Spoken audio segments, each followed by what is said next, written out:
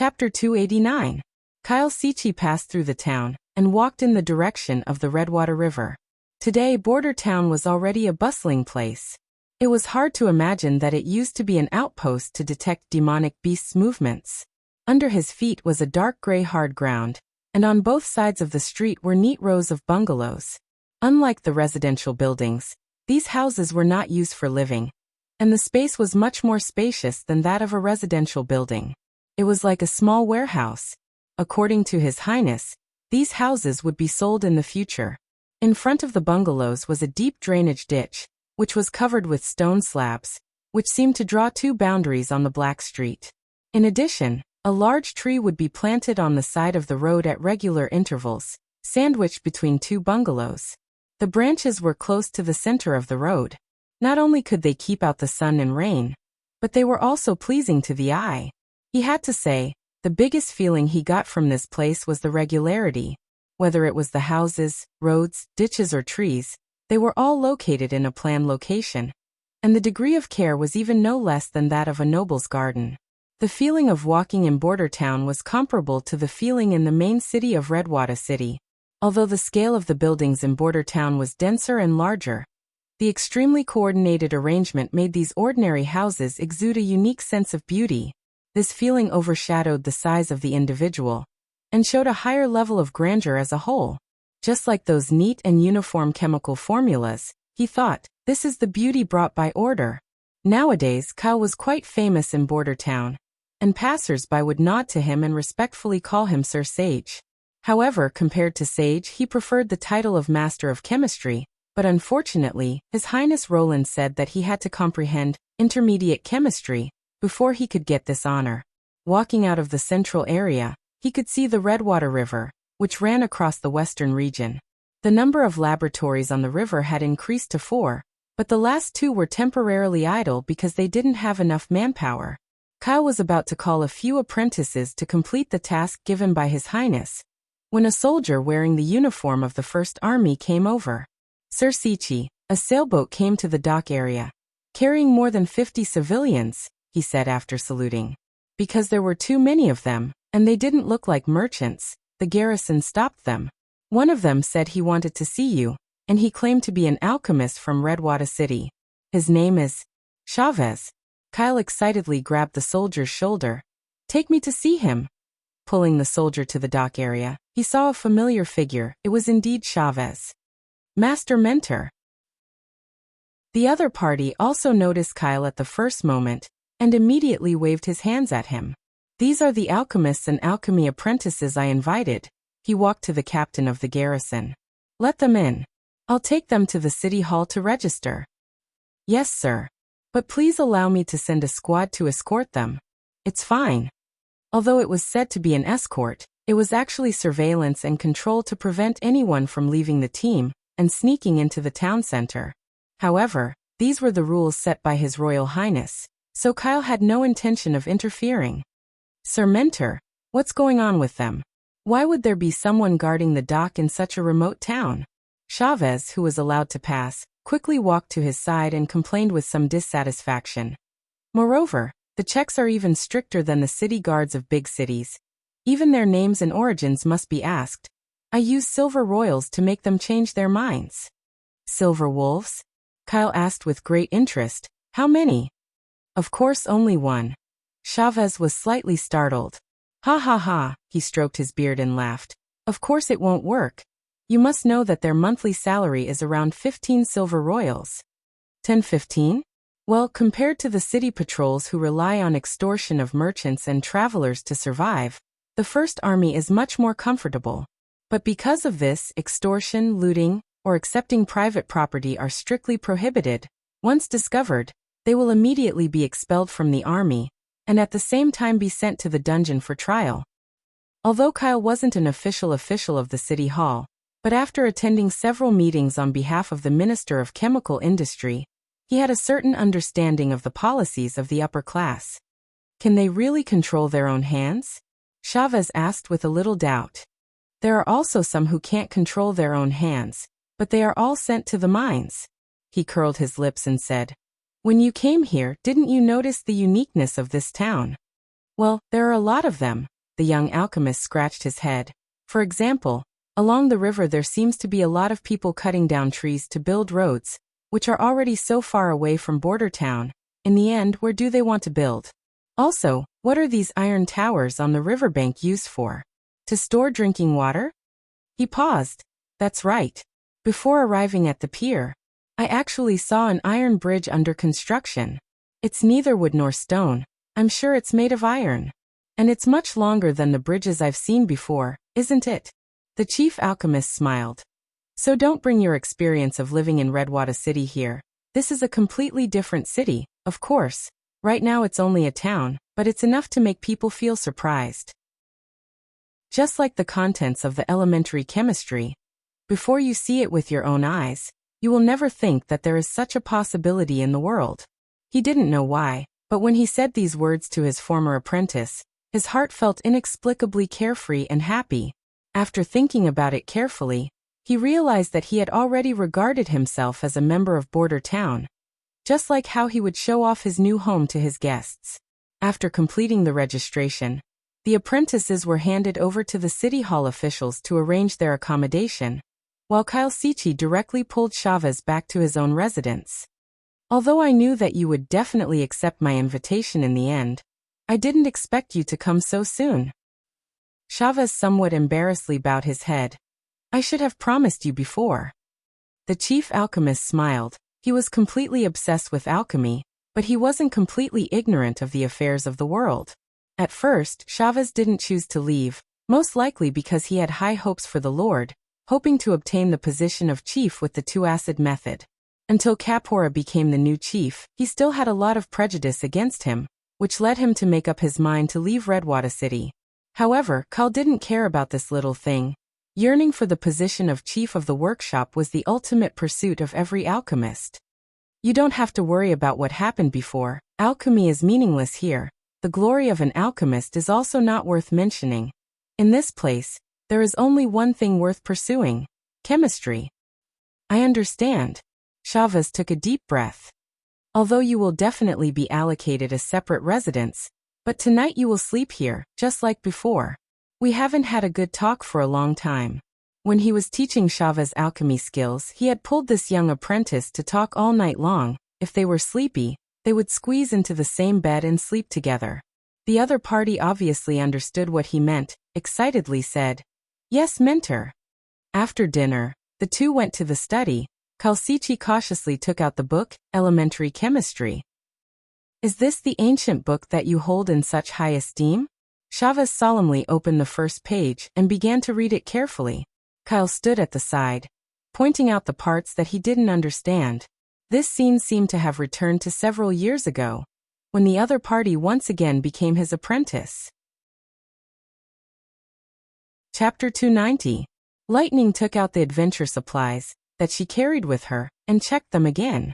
Fire sickles, tinder, bandages, daggers, maps, and a bag of dry food stuffed with beef floss. What about you? She looked at Maggie. Check them too. Coo. Maggie put her hand into her satchel. This cloth bag was usually hidden under her fluffy hair, so it was difficult to see how many things could be stuffed inside. Moreover, after turning into a bird, her clothes and satchel seemed to disappear into thin air. Compared to her own strict flying weight limit, Maggie seemed to be less affected. The best proof was that she took out far more things than herself. Jerky, meat floss, chicken thighs, fish fillets, eggs, piles of food were placed in front of Lightning. "Oh my God," she said while holding her forehead.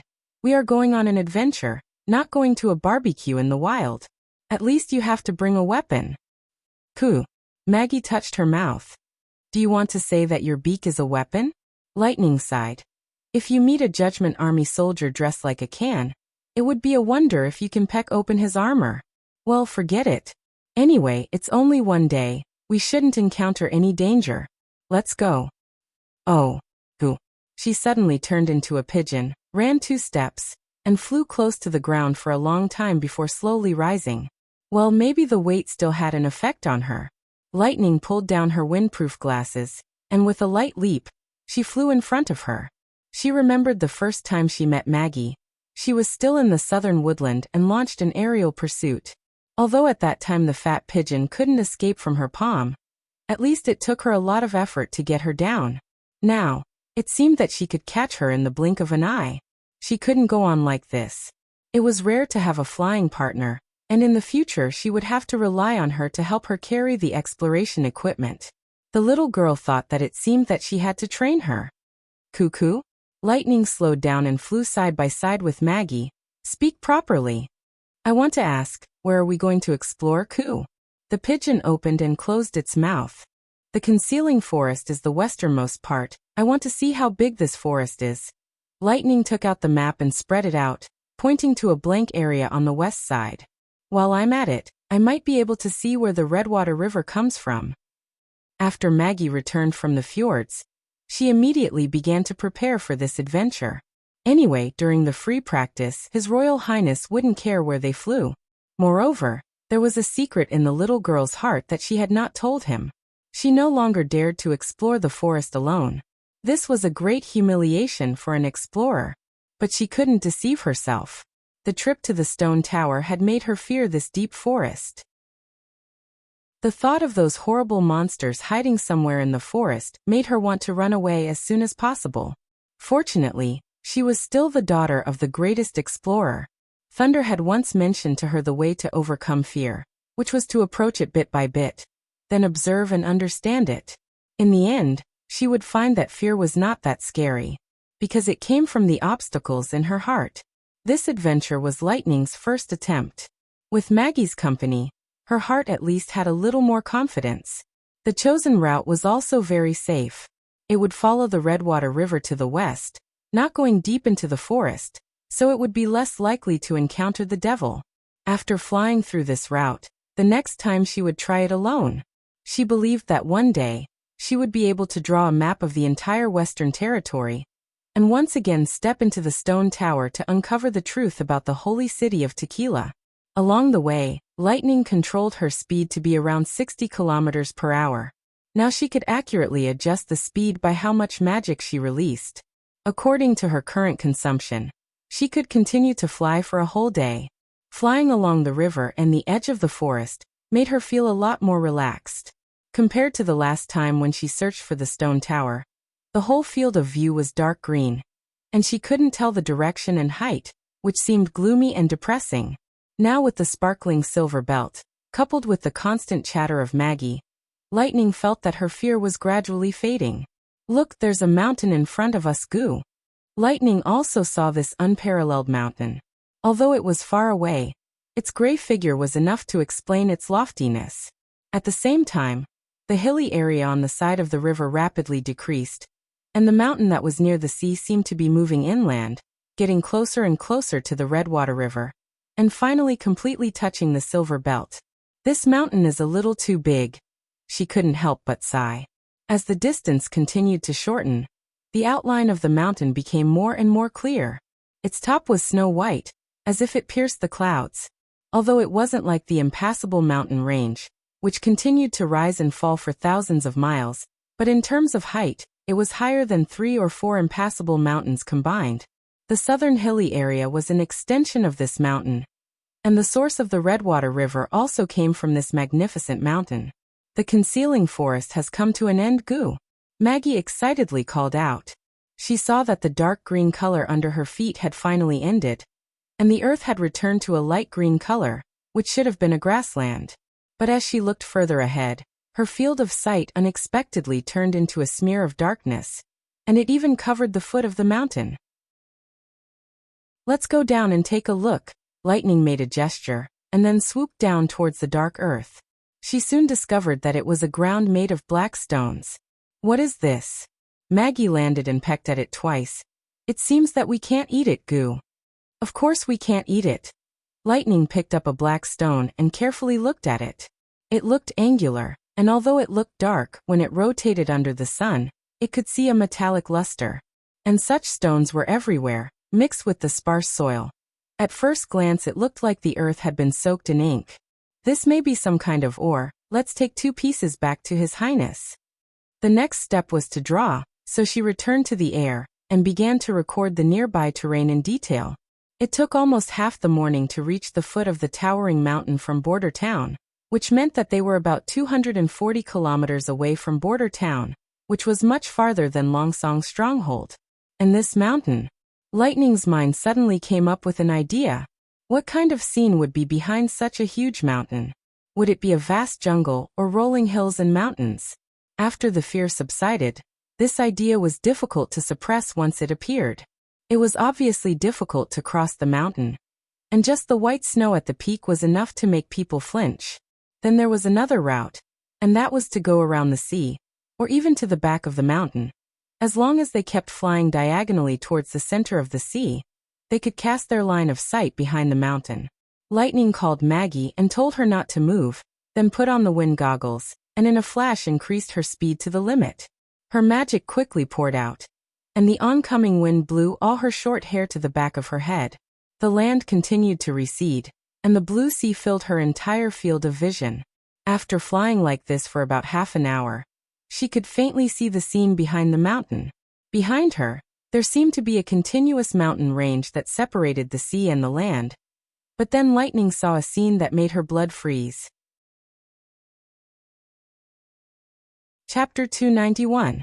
Roland was sitting at his desk, thinking about how to air raid the Imperial Palace, when he suddenly heard a knocking sound coming from the French window behind him.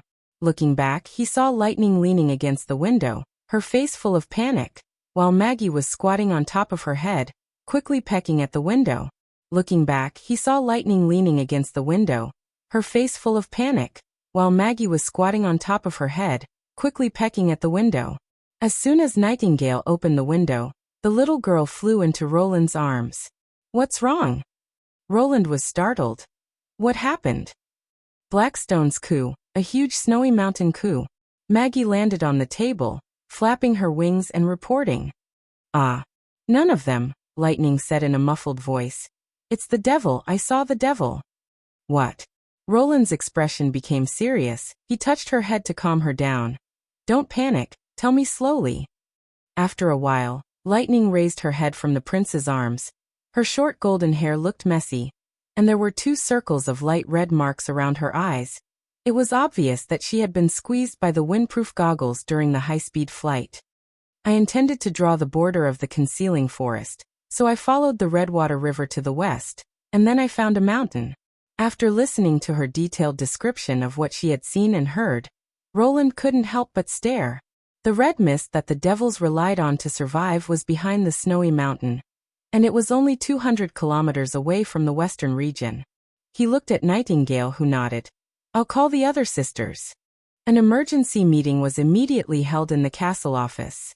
After Roland repeated Lightning's discovery to the others, the group of witches who had experienced the night of killing all showed uneasy expressions, especially Leaf, as a witch who had personally killed 2 devils, couldn't help but cover her mouth and let out a low cry. "Your Highness, I suggest further exploration of the area covered by the red mist." Scroll was the first to speak. After all, Lightning only looked at it from a very long distance. She can't be sure that the devils are definitely entrenched under the red mist. In addition, even if we can confirm this, we still have to investigate whether they will cross the mountains near the sea and follow the coastline to the mainland of the kingdom. "I agree with Scroll's point of view." Vendi nodded. "Although they are very powerful, a well-prepared defense is always better than being captured without a fight." As the 2 oldest witches in the Witch Cooperation Association, Scroll and Vendi had always been the backbone of many sisters' hearts. Although the others were still somewhat afraid, no one wanted to sit still and wait for death. Roland was also inclined to this response. Seeing that no one had any objections, the matter was basically settled. The key was how to implement it. "Let's use the hot air balloon to scout," Anna suggested. "Cover the cloud gazer with sky camouflage, and use the clouds as cover to fly over the sea." "We can also bring Sylvie along," Nightingale said. "Her ability is perfect for this kind of situation." "Yes," Roland nodded. "In addition, I also want to go." "Your Highness." As soon as the words left his mouth, Vendi, Scroll and Nightingale all stopped him at the same time. "You can't take this risk yourself." "It's not a risk," Roland waved his hand. "If they had the ability to fly over the sea or mountains, they would have already spread all over the four kingdoms. The reason why they are still gathered in the far west is because the devils aren't as terrible as imagined. There was also another reason he didn't say. When it came to judging the development of a different civilization, he was more experienced than anyone else. If he could see the devils and their city with his own eyes, it would be of great help in developing a strategy for future development. But Vendi showed hesitation. "Don't worry, it's just a look from a distance," the prince smiled. "If it was dangerous to stay and scout from a distance, I wouldn't have agreed to let you go." "That's fine, but you have to take me with you." Seeing that her dissuasion was useless, Nightingale was the first to change her mind. Looking at the serious look in the other's eyes, Roland knew that he couldn't refuse her. After thinking for a while, he announced, "Then in addition to me, the members of this trip will be Anna, Vendi, Soroya, Sylvie, Nightingale, Lightning and Maggie. The departure time will be a week later. In addition to the necessary food preparation, I will give each of you a revolver. Practice it well for a week, so that even if you are a non-combat witch, you will still have the ability to fight back against any enemy." The flying speed of the hot air balloon was far inferior to that of Lightning, so it would probably take them a whole day to cover a distance of more than 200 kilometers. Therefore, they still needed to camp in the wilderness for one night in order to complete their reconnaissance. Taking this into account, dry food, tents and weapons were all necessities. "Yes, Your Highness," the witches answered in unison. After everyone had left, Roland finally had the time to check the black ore that Lightning had brought back. "You said that this kind of stone is everywhere at the edge of the forest." Yes. Lightning had now regained her calm. She was sitting at the mahogany table, swinging her feet, her cheeks still somewhat flushed. "Moreover, the closer we get to the foot of the mountain, the more they appear. If you look down from the air, the black stone covering the ground is about 10 times larger than Border Town." Roland weighed it in his hand, his heart jumping slightly. In terms of weight, it was much lighter than ordinary stones, so it was unlikely to be a metal ore. The surface was hard and light, it could reflect a metallic luster, and it was exposed to the surface. Could it be that this was a coal mine? Thinking of this, he hurriedly called Anna back. Under the burning of the black fire, the stone quickly became bright red. It looked like iron ore in a smelting furnace, but it didn't dissolve. Even after withdrawing the black fire, the orange light it emitted didn't weaken in the slightest, and on the surface he could still see a slightly rising blue flame. Roland confirmed his guess. This was indeed a piece of high-quality anthracite. "So this is what a coal mine looks like," Lightning said in surprise. "I thought they were as fragile as charcoal, and there was a lot of powder, so touching them would dirty your hands." "That's coal briquettes and coal cakes that have been crushed and mixed with water," Roland said with a smile. "Most coal mines are like stones when they are mined. Of course, the higher the quality of the raw coal, the harder it is. In the end, just like these stones, the surface can even reflect a luster." This unexpected discovery made him extremely happy. Coal was not rare in Grey Castle. Fallen Dragon Ridge and Silver City both produced coal, mostly used for kilns and heating. But in fact, it had a wide range of uses. Before the popularization of internal combustion engines, it was burning coal that propped up half of the sky of steam power. After coking coal could replace charcoal for smelting iron and steel, it was much more environmentally friendly than wantonly cutting down trees. Even after entering the electrical age, coal could still be refined into gas, hydrogen and asphalt, and could also be used to generate electricity, so it could be regarded as an excellent and inexpensive fuel. It was obviously much better to hold an open-pit coal mine in his hands than to rely on imports. The only problem was how to develop it. Roland shifted his gaze to Lightning's newly drawn map. It seemed that it was imperative to build more inland river steam cement boats. To be continued. Your support is my greatest motivation. Chapter 292. Genius in 1 second. Remember Net, providing you with wonderful novels to read. In the palace of the Kingdom of Grey Castle, Timothy held his scepter and looked down at the complacent chief alchemist Rayleigh Cheney's. "Do you have a clue about the alchemy formula taken away by the defector boar?" "Yes, Your Majesty, this is the latest snow powder developed by the Alchemist Association. Please allow me to demonstrate it to you." Rayleigh bowed and said. After getting the approval of the new king, he waved his hand behind him, and immediately 2 disciples came forward, each holding a leather bag. He spread 2 pieces of white paper on the ground, and poured the snow powder from the leather bag onto them, evenly forming 2 thin lines. One of them was grayish-white, while the other was much darker, close to grayish-black. Your Majesty, please take a look. This light-colored one is the snow powder originally used for celebrations, while the dark one is the latest developed fast-burning snow powder. Rayleigh took out a flint and ignited the powder on the paper. The light-colored snow powder slowly burned and emitted thick smoke, while the dark-colored powder was completely burned in a few breaths. At the same time, it also ignited the white paper that was laid on the ground. What does this mean? Timothy frowned. The thing that my dear sister has obtained is not something that can be solved by burning a piece of paper. Of course not, Your Majesty. Rayleigh touched his beard and smiled. I don't know if you have noticed the smoke it emits when it burns. The faster the snow powder burns, the more smoke it emits in a short period of time. This is the reason why it is so powerful. I will use another experiment to prove this point. This time, it was 2 fist-sized parchment bags, tightly wrapped outside. The disciples ignited the slender ropes drawn out from the paper bags, and then covered the 2 copper bowls with the paper bags. The sparks followed the ropes and gradually climbed towards the copper bowls. Your Majesty, please pay attention. This time the sound will be louder. Please cover your ears. Just as the chief alchemist's voice fell, a loud bang was heard. One of the copper bowls was turned upside down, while the other was thrown directly to the roof. When it landed, it bounced a few times on the granite slabs, making a crisp sound.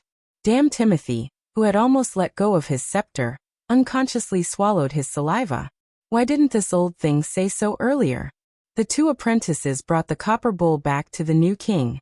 He suppressed his anger and focused his attention on the bowl. After all, the king was the pillar of the alchemy workshop of the king's city. If he wanted to study alchemy weapons, he needed his help for the time being. The appearance of the copper bowl had changed, as if it had been hammered from the inside. The rim of the bowl had swelled up. I've tested it repeatedly. The power of the snow powder doesn't lie in the combustion, but in the gas. This is also the reason why Borel took the formula away. Rayleigh stood in the middle of the hall and said, if you increase the amount of snow powder and compress it into a ball, its power is enough to tear armor and tear the human body apart. I believe that this new type of snow powder will inevitably replace swords, spears, bows, and arrows. Even a well-trained knight won't be able to defeat a civilian covered in snow powder. This sentence caused a ripple in the hall. Timothy saw that the faces of several knights in the hall were obviously gloomy. Among them, Steelheart Knight Weimer seemed to want to step forward and argue with the other side. He hurriedly knocked the floor with his scepter and said, quiet. When everyone lowered their heads, he looked at Rayleigh Cheneys and asked, is the formula that the defector took away exactly the same as yours? No, Your Majesty. Rayleigh shook his head and said with a trace of disdain. Although saltpeter is a common item in the alchemy workshop, the stock is not too much. When he was grinding and preparing the snow powder, he just happened to find this formula. Even if he wanted to experiment further, the amount he had was not enough for him to use it a few times. My quick-burning snow powder is the best formula obtained after a large number of tests. Its power is far greater than the product of coincidence. That's good. Timothy felt relieved. Although he knew that there were many people in King's City who had been arranged by Garcia, he didn't expect that she also had confidants in the alchemy workshop. This defection was planned by one of her confidants, who took away the alchemist Frank and more than 10 apprentices. Originally, it wasn't a big deal. Alchemists were very rare in other cities, but in King's City, there were at least 20 of them. It wouldn't be a big deal if one of them left. However, before this person left, he discovered a kind of extremely lethal snow powder. Before he could contribute the alchemy formula to the alchemy workshop, he disappeared without a trace the next day. Timothy's secret agents only had enough time to catch the confidants who had been left behind to confuse the enemy, but they were unable to intercept Frank and his team. After learning the news, he immediately ordered the Imperial Prime Minister to purchase all the saltpeter in the city. and asked the alchemy workshop to reproduce Frank's snow powder formula as soon as possible. Now, after only 2 months, there was a clear result, which made him quite satisfied. Even this old man, who was a little lacking in respect for him, was a lot more pleasing to the eye. Timothy cleared his throat and said, "Well done. I will reward you with 25 golden dragons. In addition, I will open a snow powder workshop in the inner city of King's City, which will mass-produce this fast-burning snow powder." Sir Knight ordered us to disembark and assemble, but when we came ashore, there were people who kept shooting at us with crossbows, and it was so dense that we couldn't fight back. Sir Knight took the lead to surrender, and we also followed suit. What about the knight who led the team? No, I don't know. They took us back to the camp, but we didn't see Sir Knight. Timothy frowned, and his voice became even colder. Then how did you come back? It was Prince Roland who let us go, one of them hurriedly said. He also gave us a letter and asked us to deliver it to you. You guys. Yes, I also have one here. Your Majesty, I also have a letter. The group of people quickly shouted, and one after another took out Roland's letter from their bosoms. Damn it, he really sent this thing to everyone. Timothy motioned for the guards to take the letter, and found that all the papers had the same paragraph written on them. I am sorry for your foolishness, Timothy Wimbledon. Repeatedly invading the Western Territory is a serious mistake, and you will pay for it. I will attack King City at the beginning of the 2nd month of autumn, and you will also find that your position is far from as safe as you think. At that time, all the people of King City will see that your throne is already on the verge of collapse. Roland Wimbledon. To be continued. Your support is my greatest motivation. Chapter 293.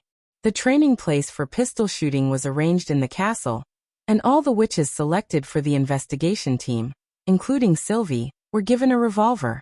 Roland spent 2 days to familiarize everyone with and master the posture of holding a gun, and then the training began with live shooting. The main content was divided into 10-meter aiming shooting and 5-meter rapid shooting, in order to cope with the 2 situations of being prepared and being attacked.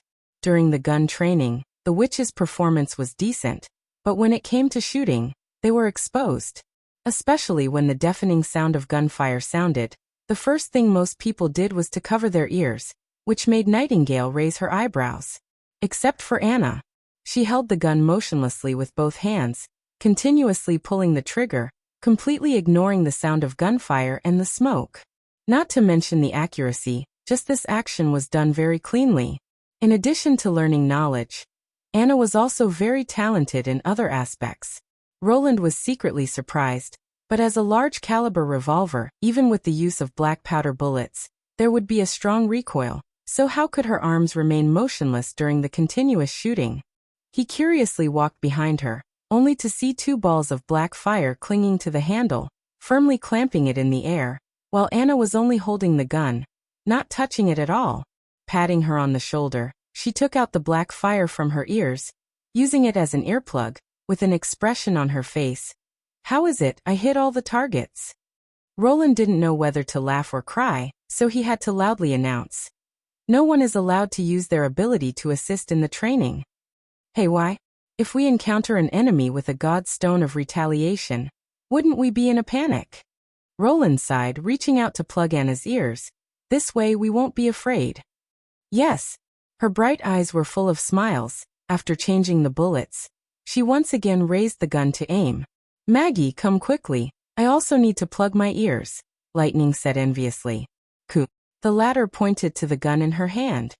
You can't shoot after you turn into a bird, the little girl winked. You help me first, I'll help you later. Goo. The other witches in the castle were also attracted by the continuous gunshots and gradually gathered in the castle's front yard. Many of them even showed an eager expression. In the end, almost everyone came up to experience how to operate a firearm. Seeing a group of colorful women fiddling with the weapons in their hands in high spirits, Roland was deeply moved. Until now, he could still remember the first time he met each witch. In the past, Anna's limbs were as thin and weak as bamboo poles. Her eyes were lifeless, and her face was always expressionless. There was always a hint of gloom between Nightingale's eyebrows. Her smile had nothing to do with her emotions, or rather, it was to hide her emotions that she always wore a playful smile on her lips. There was also Vendi's exhaustion that could not be concealed after her soft voice, Leaf's resignation and confusion when she bet everything on the future, and Lily, who was as alert as a cat. Lightning, Mystery Moon, Hummingbird, Scroll, and so on.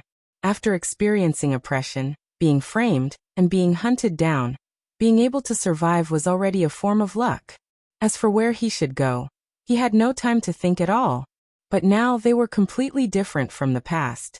The witches all exuded a unique charm, their eyes sparkling with a lively light. For them, the future was no longer uncertain. In addition to being able to survive, they now had the spare energy to pursue something else, something that was as beautiful as life itself. And every time he saw the gratitude and trust in the witches' eyes when they looked at each other, Roland's heart was filled with strength. After lunch, it was his turn to practice high-altitude throwing in the afternoon. The number of witches participating in the practice was reduced by more than half, leaving only Anna, Vendi, and Lightning. This was also the minimum number of people needed to complete the air raid. Setting the time of the attack at the beginning of the second month of autumn was the result of Roland's careful consideration. If the time was too short, he would not be able to fully prepare. If it was too late, he was afraid that he would not be able to stop Timothy from sending troops. As long as he insisted on launching a large-scale attack on the western region, and fed the forcibly conscripted civilians with the drugs, this air raid would not achieve the desired effect. Therefore, the autumn offensive had to be launched before he had completely completed his conscription. In order to achieve his goal, Roland planned to drop a 250-kilogram bomb directly over the Grey Castle Palace. This bomb, which was equivalent to the weight of 5 Nightingale, would be dropped from a height of 2,000 meters, directly penetrating the palace dome and detonating inside the palace. As the hot air balloon slowly rose, a huge basket carrying a solid imitation bomb rose into the sky. Because Roland was also riding in the basket, this solid iron bomb was a size smaller, probably only the weight of 4 Nightingale. However, its shape was exactly the same as the aerial bombs that would be put into actual combat in the future. It had a streamlined shell with a thick front and a thin back, and at the end was a stabilizing tail and a decelerating parachute, which could ensure that it would always fall perpendicular to the ground and control its maximum falling speed. The throwing basket had also been specially modified with an iron bracket, so that the bomb would stand vertically in the middle of the basket, with half of it sticking out of the bottom of the basket. As long as the valve was pulled, the claw mechanism would be released, and the bomb would leave the basket and fall straight down. As the altitude continued to rise, Border Town soon became only the size of a fingernail, while the Redwater River turned into a sparkling silver ribbon. This is the first time I have stood at such a high place. Vendi looked out through the observation window. I feel that the entire Western Territory has become narrow. Because this place itself is very narrow, Roland said with a chuckle. Look at the barbarian land in the north, that is the place we should go later. Do we still have to go up? I can't see the target point. Lightning shouted from outside the basket. That's more or less enough. He nodded towards Anna, and then gestured to the little girl that he was ready. Although it was impossible to judge how far away they were from the ground, it should be more than 1,000 meters away. Launching an attack at this height could be said to be absolutely safe. Moreover, the enemy would also be unable to observe the hot air balloon's movements. However, the drop distance of more than 1,000 meters meant that hitting the target depended entirely on fate. In order to accurately hit the target, this bomb must have a guidance system, and the little girl Lightning would be responsible for this task. Drop the bomb, Roland ordered. Vendi pulled the valve and dropped the bomb, causing the air to suddenly flow into the basket. Anna had already prepared a cover to seal the throwing hole and tighten the fixing bracket. These processes had been repeatedly practiced on land, so the two of them seemed to have a very good understanding of each other. Can she hit the target? Vendi asked while leaning against the window. We'll have to wait until we get down to know the answer, Roland said with a shrug. During the process of the bomb's fall, Lightning would fall at the same speed as it and exert a horizontal thrust, so that the bomb could freely change its trajectory, thus turning it into a guided bomb. When it was close to the target, Lightning would pull the tail mechanism, separating the parachute from the bomb. The bomb would then obtain sufficient kinetic energy in the last few hundred meters until it penetrated the roof of the palace. In this way, a sufficiently high falling distance would instead become a guarantee of accurate control of the falling point. Chapter 294. A week passed by quickly, and it was time for the scouting team to set out. Roland called Barov, Carter, and Ironaxe to the castle, informing them that he would be leaving Border Town for 2 days, and that the affairs of Border Town would continue to be carried out according to the usual plans and regulations. Of course, this proposal was unanimously opposed by the 3 people. Carter hoped that he could fulfill his duty as the chief knight and stay by the prince's side. Ironaxe requested to separate a team of 100 people to protect him. Barov persuaded him to stay in the castle on the grounds that the decree issued by the city hall had to be reviewed and stamped by the lord before it could take effect. In the end, he had to put on the airs of a lord, demanding that everyone follow his orders. "Your Royal Highness, I don't understand in the end, what is so important that you have to go in person?" Barov asked doubtfully. "This matter concerns the survival of the Western Territory and even the Grey Castle Kingdom." Roland was silent for a moment before he said, "And only I can make the best judgment. Can't you tell us the specific reason?" "For the time being I can't, but you will know one day." He shook his head. "In addition, this trip is a secret operation. You must not leak the information to anyone." More than 200 kilometers away from the Western Territory, there might be a base camp of the devils, and these devils had also destroyed the holy city of Tequila, driving the resistance to the edge of the continent, and turning the barbarian land into a forbidden land that no one dared to set foot in. These words were really too shocking. Roland himself was still okay. He had seen all kinds of apocalyptic movies, so he was numb to it, but for them, he was afraid that they would be unable to accept such a fact. Once the news was leaked, it would be even more troublesome. If it caused panic among the subjects, it might lead to a large number of people fleeing the Western Territory. Therefore, now was not the right time to announce the truth. After explaining the state affairs, Roland and the witches boarded a hot air balloon, rising from the castle vestibule, and flying in the direction of the snow-capped mountain. "Your Highness, if it is said that the church was really fighting against the devil more than 400 years ago, then are they good or bad?" Ever since she knew about the existence of the devil, Sylvie seemed to be preoccupied. "Of course it's bad." Before Roland could open his mouth, Nightingale had already rushed to answer. "Have you ever seen a good person hunting a witch for no reason? If we really were the devil's minions, then that would be fine. But sisters all know that witches have nothing to do with the devil, and the demonic bite is even more nonsense." The other party continued to stare at Roland, as if waiting for his answer. The latter thought for a while and said, "First of all, we still have to confirm whether the church is fighting against the demons or not. If they really made such a huge sacrifice, why would they hide the news and destroy all the past records? Publicizing this matter is the best way to increase the number of believers." This was a question that could only be answered after finding more clues. In addition, good and bad cannot be so easily distinguished. It depends on which side you stand on. Speaking until here, Roland smiled.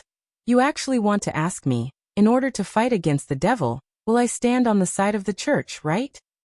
Sylvie opened her mouth, but did not make a denial. "The church and the king are incompatible. Even if there were no witches, I would not stand on the side of the church." He spread out his hands and said, "Not to mention, now I also have you by my side." "I said it," Nightingale said with a proud smile. "Even if the church had fought against the devil before, they still lost, and it was a crushing defeat. If it was your Highness who would have won and who would have lost, why would you side with the loser?" "I understand," she gently nodded.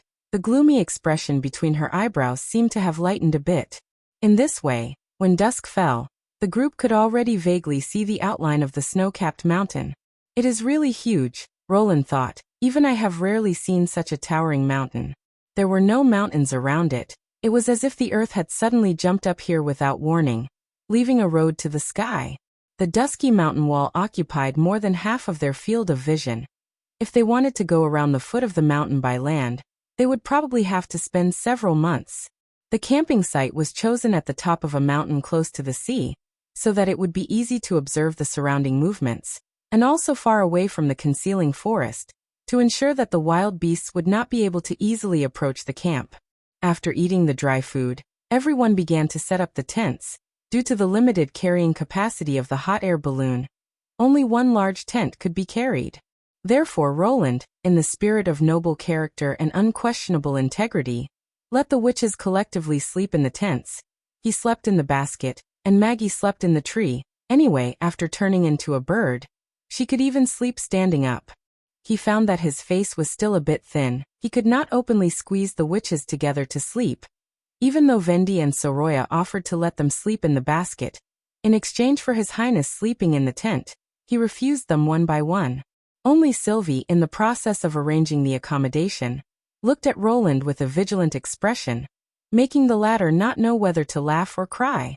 After arranging the night watchman, everyone went into the tents. Because the bottom of the basket was uneven, Roland found it difficult to sleep, so he simply sat on a rock facing the sea, staring at the bright moonlight on the sea in a daze. At this moment, he heard the sound of subtle footsteps behind him. The prince turned his head, and unexpectedly discovered that the person who came was Anna. When he was still in school, whenever he encountered a group outing, he would always have expectations in his heart that maybe something will happen. Although most of the endings ended in delusion, this still did not prevent him from looking forward to the next activity. However, when this scene really came, Roland felt his heart beat faster. Pretending that nothing had happened, he raised his eyebrows. "What's wrong? Can't sleep?" "No," Anna said bluntly. "I just want to accompany you." "Is that so?" He coughed twice. "Thank you." "I'm the one who should say thank you," Anna said with a smile. The silver moonlight shone on her face, emitting a faint light. Her blue eyes seemed to be deeper than the sea. "Although Sylvie didn't thank you for what you said, I can see that her mood is a lot more relaxed." "Are you happy for her?" "No," she shook her head. "I'm happy for my choice." Roland was startled. "What choice?" Anna didn't answer, but closed her eyes and kissed his face. After a long time she whispered, "Good night, Your Highness." This also counted as something happened, right? Watching her return to the tent, Roland stretched with satisfaction, and was about to go back to the basket to sleep, when a pair of invisible hands held his face. There was clearly nothing in front of him, but his face once again felt a soft touch, but this time, it was on the other side. "Me too, Your Highness. Thank you for doing so much for the witches." Chapter 295. Early in the morning, everyone packed up their camping things and set off once again. Roland also discovered another detail. Even if they slept in the wilderness, the witch's appearance wouldn't change in the slightest, but he obviously couldn't do this. He didn't even need to look in the mirror to guess that his hair was certainly a mess. His face lacked color due to insomnia, and his skin was covered with half-dried sweat, which was slightly sticky to the touch. In everyone's eyes, he most likely had a listless appearance. Only after washing himself with the drinking water in his leather bag was he able to alleviate this feeling of discomfort. Roland began to miss the castle's running water system and spacious showers. Half an hour later, according to Lightning's instructions, Cloud Gazer arrived at the predetermined location, the side of the snow-capped mountain. Hovering above the vast sea, the group could already see the scene behind the mountain. Just as Lightning had said, the back of the snow-capped mountain was shrouded in a red mist. The mist was very low, and the closer they got to the ground, the thicker the color became. In order to see further, Roland let the hot air balloon continue to rise, until the end of his field of vision. The land also spread out little by little. "Did you find anything?" He looked at Sylvie. The latter shook her head. "No, the distance is too far. It has already exceeded the range of the Eye of Truth." "Wait until Soroya has drawn the scene here, then we can go a little closer," Roland said. While Soroya was drawing the picture, he also used the telescope to observe the coastal line. Along the coast, there were only cliffs and rocky beaches. There were no docks, or any other man-made buildings. It seemed that even if there were devils, they had never thought of building ships to attack Grey Castle from the sea. This observation made him heave a sigh of relief. As the hot air balloon slowly approached the land, Sylvie finally began to report what she saw. About 10 miles away from the sea, she found a pile of black stone buildings, triangular in shape, resembling a steeple. It's just like the mirage we saw in the barbarian land. Vendi couldn't help but exclaim. This really is the devil's territory. But the height is obviously wrong, Soroya frowned. The steeples in the mirage are hundreds of feet high. It's impossible for them to be covered by the red mist. They should be higher than the rolling hills. Perhaps what you saw was the devil's city, and this is only the devil's village. Anna guessed. So the devils have a complete and unique urban system. They belong to a higher evolved group, and at the same time, they are keen on expansion and killing? Please don't be like this. What's in those steeples? Most of the spires are empty, and some seem to be filled with liquid. Wait, Sylvie was startled, and then said in disbelief, let's go, the demons have found us. Found something? Roland raised the telescope and glanced at it. It was still dark red, and nothing could be seen. They're moving, Sylvie shouted nervously. They were buried in the ground before, with only the tubes on their backs exposed. Over there are demons flying. Vendi, retreat at full speed, Roland ordered. The wind blew quickly, and the sudden movement of the hot air balloon caused the basket to tilt, and the taut rope made a creaking sound. However, Sylvie's warning made everyone's heart go cold. 2 devils are rushing towards us, and their mounts can fly. Hell, these guys actually have flying mounts. Roland's eyes widened. This was simply illogical. To be able to carry a burly man, how big would their mounts have to be? But it didn't take long for him to catch 2 black spots in his field of vision. Looking through the telescope, he saw that the mounts under their crotch had sharp mouths and sharp teeth, and their whole body was hairless.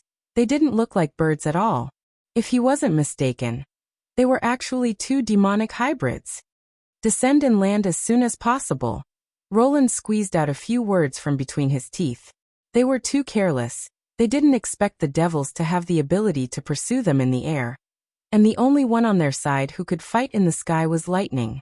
But looking at her pale complexion, they knew that they had no chance of winning this battle. Once they were overtaken, even if the other side only used a collision to attack the balloon, it would still be enough to take the witches' lives. Even if the coating could resist the impact and bite of the demonic beasts, under the violent shaking, everyone would likely be thrown out of the basket and smashed into the sea like a stone. And falling from this height, there was no difference between the sea and the land. At this time, the devils were getting closer and closer to the hot air balloon, and without the help of the telescope, Roland could already see the huge wings of the demonic hybrids and the burly enemy on their backs. Be careful, Sylvie screamed again. They are preparing to throw their spears. Hearing this warning, his mind suddenly remembered the scene of the battle described by Leaf. The enemy had used this method to take away Scarlet's life in an instant. He didn't see the devil's arm expand in an instant, and he didn't even see the incoming spear. At the same time that Sylvie gave the warning, Anna had already stretched out her hands and controlled the black fire to spread out into a thin sheet, blocking the front of the basket. Then there were 2 loud bang-bang sounds. Anna let out a muffled groan and took 2 steps back. The black fire shattered like glass, and the spear was only left with half of the burning iron shaft, tumbling down towards the sea. She had used a dense curtain of black fire to block this attack. The witches all breathed a sigh of relief. Only Roland was burning with anxiety. This way of operating her ability would greatly consume Anna's magic power. When they were smelting steel together, Roland had already noticed that if it was just heating or cutting, the huge amount of magic power in her body would almost never dry up. But once it was expanded to a macroscopic level, as a dense whole to exert influence on an object, the consumption of magic power would increase exponentially. For example, if the black fire was used as a furnace, the outer wall that prevented the molten steel from flowing would accelerate the consumption of magic power. And if she wanted to lift the entire black fire furnace, even Anna wouldn't be able to hold on for more than a few minutes. Obviously, blocking the black fire a moment ago had consumed a lot of her energy, and if she had to do it 2 more times, perhaps she wouldn't even be able to maintain the heating. The devil seemed to be intimidated by this scene, and didn't immediately launch a follow-up attack. Instead, it swept past the hot air balloon from both sides, as if waiting for the next attack. For the first time, Roland saw the enemy's ferocious appearance at such a close distance. They were exactly the same as in the photo, wearing the demonic beast's head. Their eyes were covered by a scarlet crystal, and their chin was connected to a leather tube, bypassing their neck and leading to the carapace on their back. During this time, the witches took out their pistols to return fire, but with the constant shaking of the basket, it was almost impossible to hit an enemy moving at high speed. After firing 2 rounds of bullets, not a single shot hit the target. At this time, the devil's arm swelled up again, and this time they chose to attack from the front and back. Anna didn't even have enough time to observe the enemy behind her, and the black fire she had summoned could only cover one side. Roland could clearly see the devil's right arm swing towards her, but he couldn't see the trajectory of the spear. Almost subconsciously, he pushed away Anna, who had her back to him. Then, as if his shoulder had been ruthlessly smashed by a hammer, his whole body flew backwards and hit the wall of the basket. An unbearable pain almost tore him apart, followed by a strong sense of dizziness, and his consciousness seemed to be drifting away. Roland clenched his teeth and looked sideways, only to see a huge gash on his shoulder. The hole in the basket behind him was enough to prove the power of this blow, and the half of his arm, which had been completely torn off by this round of attack, fell into the corner of the basket, and the blood that flowed out from it quickly dyed his clothes red. No! Nightingale's heart-wrenching cry was the last sound he heard before he lost consciousness. To be continued. Your support is my greatest motivation. Chapter 296. Looking at the moment when Roland was hit, Nightingale felt her heart suddenly tighten. The surrounding noise instantly became incomparably distant. She wanted to go over and help him up, but she found that her whole body was cold and stiff, her hands were trembling slightly. Apart from the initial subconscious cry of surprise, even taking a step forward was extremely difficult. She was afraid that Roland would gradually lose his warmth in her arms. She was afraid that he would never wake up again. Just thinking about this made it difficult for Nightingale to breathe. Since she could remember, she had never been at a loss like this. Anna was the first to react. She squatted down and covered the whole wound with a black flame. Under the dark flame, white smoke suddenly rose, and at the same time, a sizzling sound could be heard. When the black fire dissipated, Roland's broken arm had been burnt black.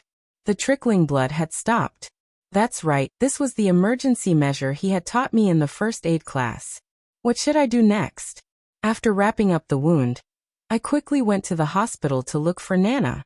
Nightingale swallowed her saliva and glanced at the basket. No, it's not possible. Nana isn't in the hot air balloon but in Border Town. I have to go back. I have to hurry back as soon as possible.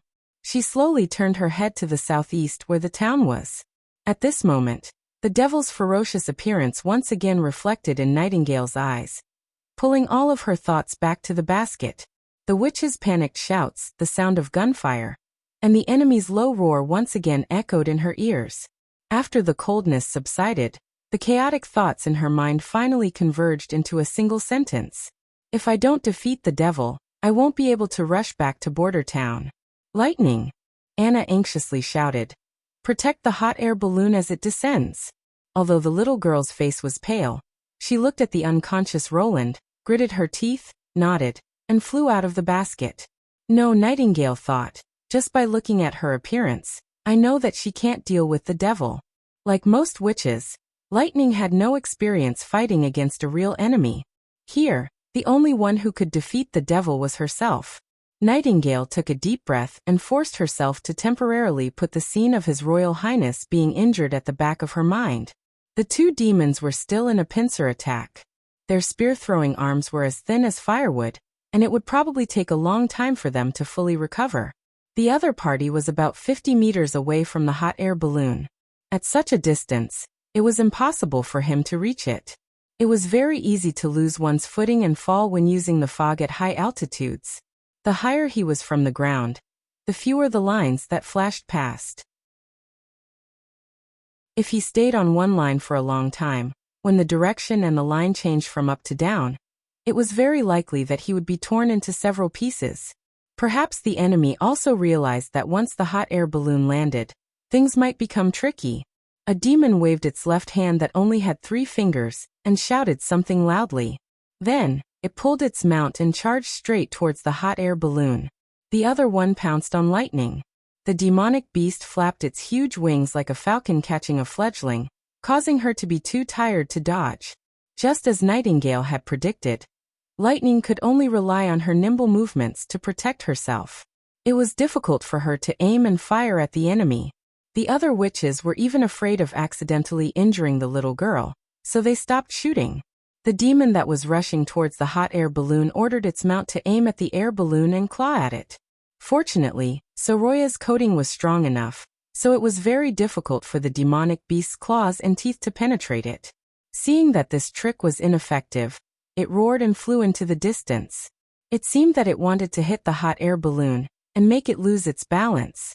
Nightingale had already seen the best opportunity. Using the fog, when a faintly glowing line appeared above her head, she didn't hesitate to step on it. Taking advantage of the moment when the hot air balloon's outline changed, she directly stood on top of the air balloon. Although her body was parallel to the ground, it was as if she was walking on flat ground, and she quickly climbed to the top of the hot air balloon. At this time, the demon also rushed over. In the world of black and white, Nightingale was surprised to find that there was a sparse magic cyclone slowly rotating inside the demon's body. Moreover, there was also a sparkling stone embedded in its skinny arm. They actually have magic power? But now was not the time to pay attention to this. The more than 10 meters of distance was only a short moment for her. When the demon was about to hit the hot air balloon, Nightingale jumped out of the fog and appeared behind the demon. Because of the sudden increase in the weight on the back of the giant winged demonic beast, its body suddenly sank down. The demon seemed to realize something and fiercely turned its head, only to be greeted by the roar of a 12mm pistol. Go to hell. The bullet rushed out of the flames and smoke, penetrating the demon's head with the force of 1,000 caddies, and blasting a bowl-sized hole in the back of its head. Viscous blood splattered everywhere, and a pungent smell spread in all directions. The demon twitched and fell, and the demonic beast changed its direction, passing by the side of the hot air balloon. Just when Nightingale wanted to turn back to the top of the air balloon, an accident happened. The tilted corpse moved the reins, and the mount suddenly rolled sideways, throwing her off. Before she could react, she had already left the safe distance from where she could return on her own. Although the hot air balloon had been descending, it was still hundreds of meters away from the sea. Falling into the fog was no different from suicide. And in a situation where she couldn't control her posture, she would be cut in half if she hit any thin line. Nightingale. She heard her sisters shouting in panic, but it didn't help. Lightning was fighting with the demon, and even if Maggie turned into a sea eagle, she still wouldn't be able to pull her up.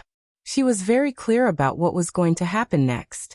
The falling speed was getting faster and faster, and when Nightingale looked down, the originally blurry sea had already revealed its true appearance.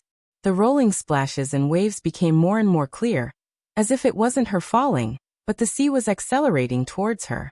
The closer it was to this moment, the clearer her mind became. Nightingale closed her eyes, and the scene of her meeting with Roland seemed to reappear in front of her eyes. She sat on the edge of the bed, playing with the dagger in her hand, waiting for the gray-haired fourth prince to push open the door and enter. The flickering fire, the door, and the bedroom gradually disappeared, and finally, only his smiling face could be seen. The only regret was that she probably couldn't accompany him to the end. Coo-coo-coo. Suddenly, a series of high-pitched chirps came into her ears. Nightingale opened her eyes and saw a white figure rushing straight down and pouncing on her chest. It was Maggie. She was just about to open her mouth to say something, when the pigeon's body burst into a dazzling white light. Its body instantly swelled up, and a pair of huge wings spread out from its back. The feathers fell off, and the bird's head became hideous, looking exactly like a flying demonic beast. Ow! Maggie let out a deafening roar, grabbed Nightingale with both claws, and threw her up. The latter rolled half a circle in the air, and fell straight on the broad back of the bird. What the hell is going on? Nightingale was completely stunned. Ow ow! Maggie turned her head and shouted again, as if to remind her of something. This time, even without the translation, she understood the meaning of the other party's words. Although she didn't know why Maggie could become like this, but defeating the demon was the most important thing at the moment. Go, she shouted. To be continued. Your support is my greatest motivation. Chapter 297. When Maggie joined the battle with Nightingale, the situation instantly reversed. The demon let out an angry roar, and was forced to give up chasing the flexible lightning. It dived down and went straight to Maggie. The arm that hadn't fully recovered raised the spear again, and quickly swelled up. Cracks appeared on the skin and blood sprayed out. This time, the attack was still powerful, but the spear was no longer as powerful as before. At least Nightingale could see the trajectory of the spear. Maggie, she patted the giant beast under her, then spread out the fog and took a step forward. Awo. At the same time, Maggie's body shrank sharply and turned into a pigeon again. The huge target suddenly disappeared, and the spear flew past the two of them with a whistling sound, falling into the sea. The next moment, Nightingale appeared from the fog and returned to the back of the demonic beast Maggie. The whole process of dodging was as smooth as flowing water.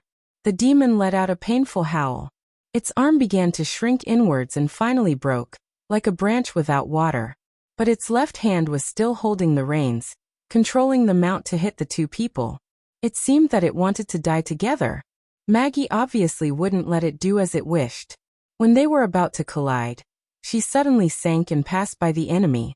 When it regained its balance, Nightingale on its back had disappeared. The latter appeared behind the demon like a ghost. The enemy tried to untie the rope that fixed its body in a hurry. Nightingale naturally wouldn't give it the opportunity. She pulled the trigger to vent her anger, and the gunshots rang out continuously. This round of shooting not only pierced the carapace on the back of the demon, but also penetrated its chest. The enemy let out a series of hoarse gasps and soon fell into the blood fog. Finally, the demonic beast that lost its master was killed by lightning. It fell into the sea and soon disappeared. Cloud Gazer slowly landed on the coast. What should we do next? Nightingale anxiously looked at Anna. At this time, she was the only one who could keep calm. We've been delayed for so long. Even if we fly at night, the hot air balloon will need to reach the town at midnight. Anna said word by word.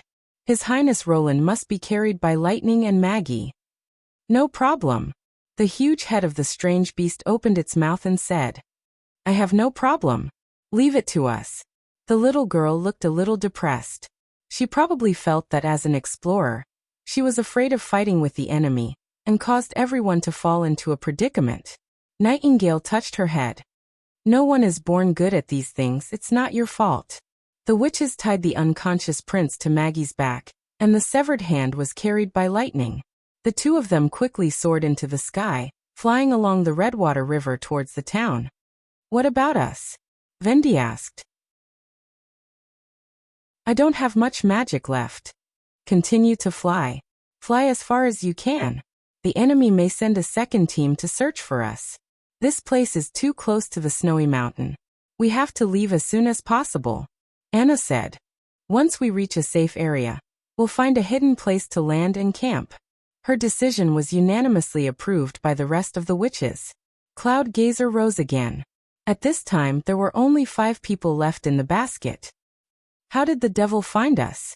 Soroya was puzzled. The hot air balloon and basket are painted with sky camouflage. At an altitude of more than 2,000 meters, it's difficult to distinguish them even with a telescope. A huge devil, Sylvie frowned. It's crouching at the top of a black spire. It has a head that's even bigger than its body. It's covered with countless eyes. I just glanced at it, and all of its eyes looked at me. Then hundreds of devils came out from underground. The whole area seemed to be boiling. There's actually such a monster. Soroya sucked in a breath of cold air. Not only that, but the 2 flying mounts are also very strange, Anna thought. After they were shot, the blood that flowed out wasn't black like ink, but dark blue. This is completely different from the hybrid demonic beasts we met during the months of the demons. On the contrary, it's similar to the devil, Soroya added. I saw that the first devil that Nightingale shot and killed had blue blood. Aren't they demonic beasts? Sylvie asked.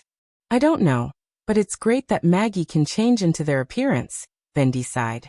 If she hadn't saved Nightingale, I'm afraid we would have been in danger. Her ability has evolved. Nightingale, who had been silent all this time, suddenly opened her mouth. When I was in the fog, I saw that the magic in her body was no longer a rotating cyclone. Instead, it had become a fixed shape, a pair of white wings spread out. Lightning held His Royal Highness's arm, her heart filled with guilt. The devil only had a ferocious appearance, but it wasn't so strong that she couldn't deal with it in the air. If she could have left the basket at the beginning and blocked the enemy, His Royal Highness wouldn't have been so seriously injured. It was an explorer's duty to stand up and protect his companions. When exploring the fjords, no matter what danger there was, Thunder would take the lead and lead everyone to break through one difficulty after another. Whether it was fighting against the pirates or the monsters of the deep sea, he never retreated a single step.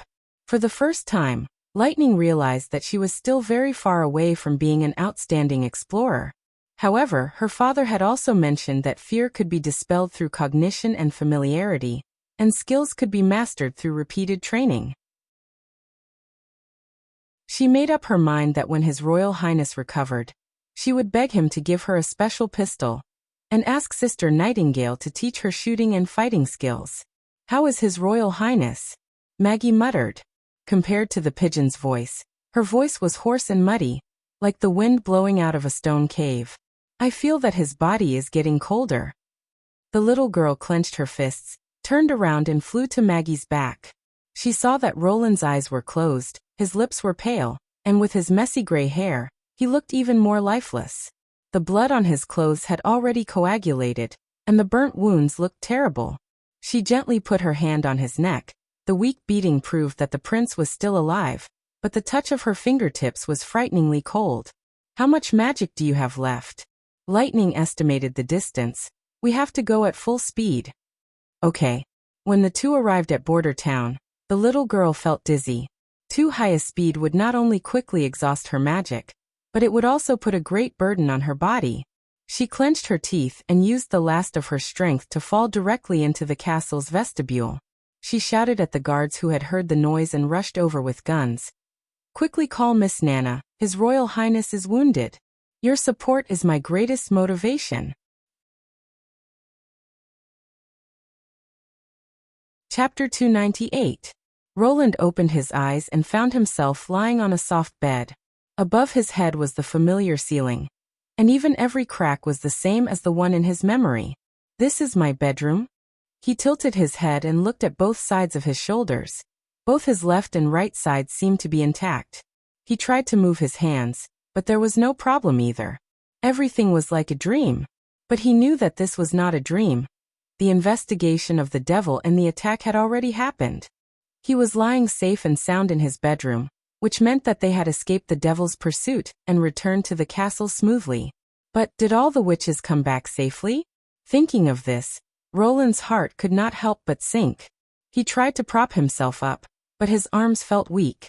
Just as he was about to open his mouth to call someone, he saw a row of witches leaning against the wall at the end of the bed.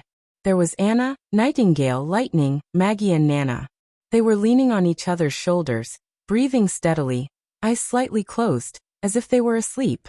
Roland quietly opened a corner of the curtain, and found the first rays of the morning sun rising from the Redwater River, like a dazzling golden thread sprinkling on the earth.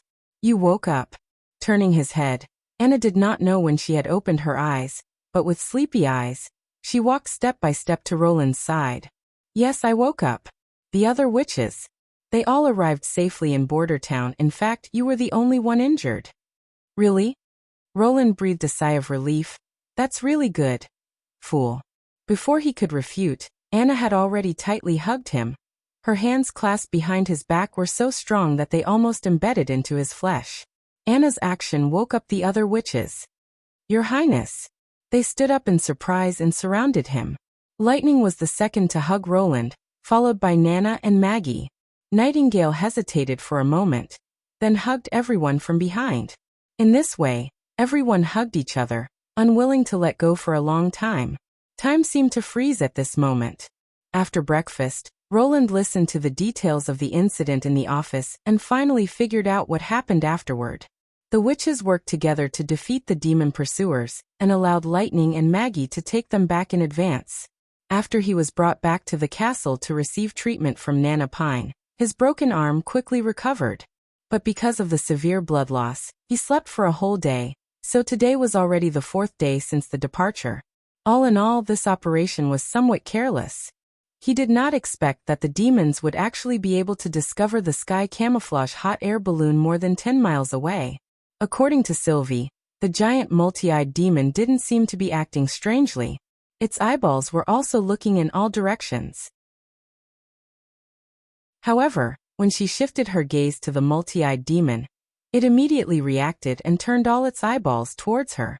This kind of investigation method was unheard of.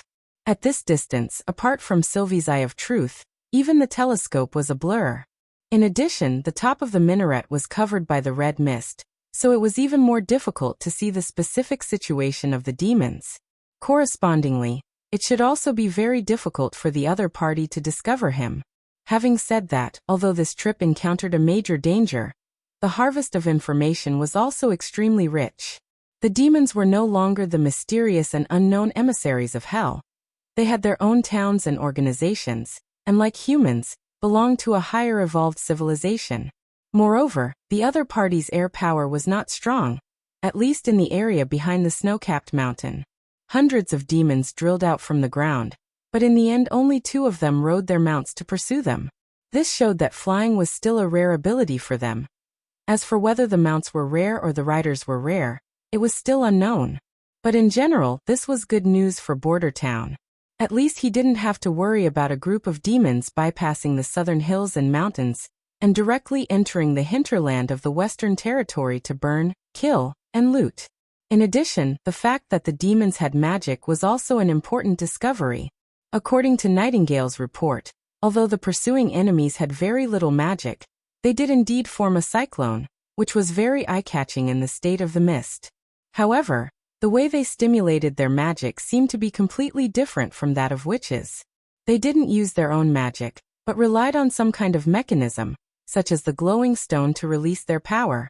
Therefore, they didn't have the ever-changing ability of witches, but were more like mass-produced standard weapons. Of course, these were only speculations. Unfortunately, the demons' corpses had all fallen into the sea, so Roland couldn't further verify them. The last point was the buildings. Those short and slender black stone spires weren't the demons' dwellings. The material was also very strange, and the surface didn't have any traces of corrosion from the red mist. Some of the stone spires were empty, while others were filled with red liquid, similar to storage tanks. Was the red mist in the sky formed by the vaporization of these liquids? And the reason the demons didn't further expand to the barbarian land, or even the 4 kingdoms, was also because of the limited coverage of the gas. In any case, the comprehensive information showed that for the time being, they wouldn't threaten the safety of Border Town. However, Roland also knew that since they had driven humans out of the barbarian land more than 400 years ago, maybe one day they would come again, so he had to prepare for this day. Because he had lost a lot of blood after nightfall, Roland only dealt with the few remaining government decrees and went to bed early. He sat on the bed and flipped through half a history book. Just as he was about to blow out the candle and go to sleep, there was a knock on the door. He was slightly startled, climbed out of bed and opened the door. Standing in front of the door was Anna. Unlike in the past, she wasn't holding a thick book, intermediate physics or natural science theoretical foundation. Instead, she was empty-handed, wearing a white nightgown, and walked into the room. She didn't even wear shoes, and her delicate feet lightly touched the floor, so quiet that there wasn't a trace of sound.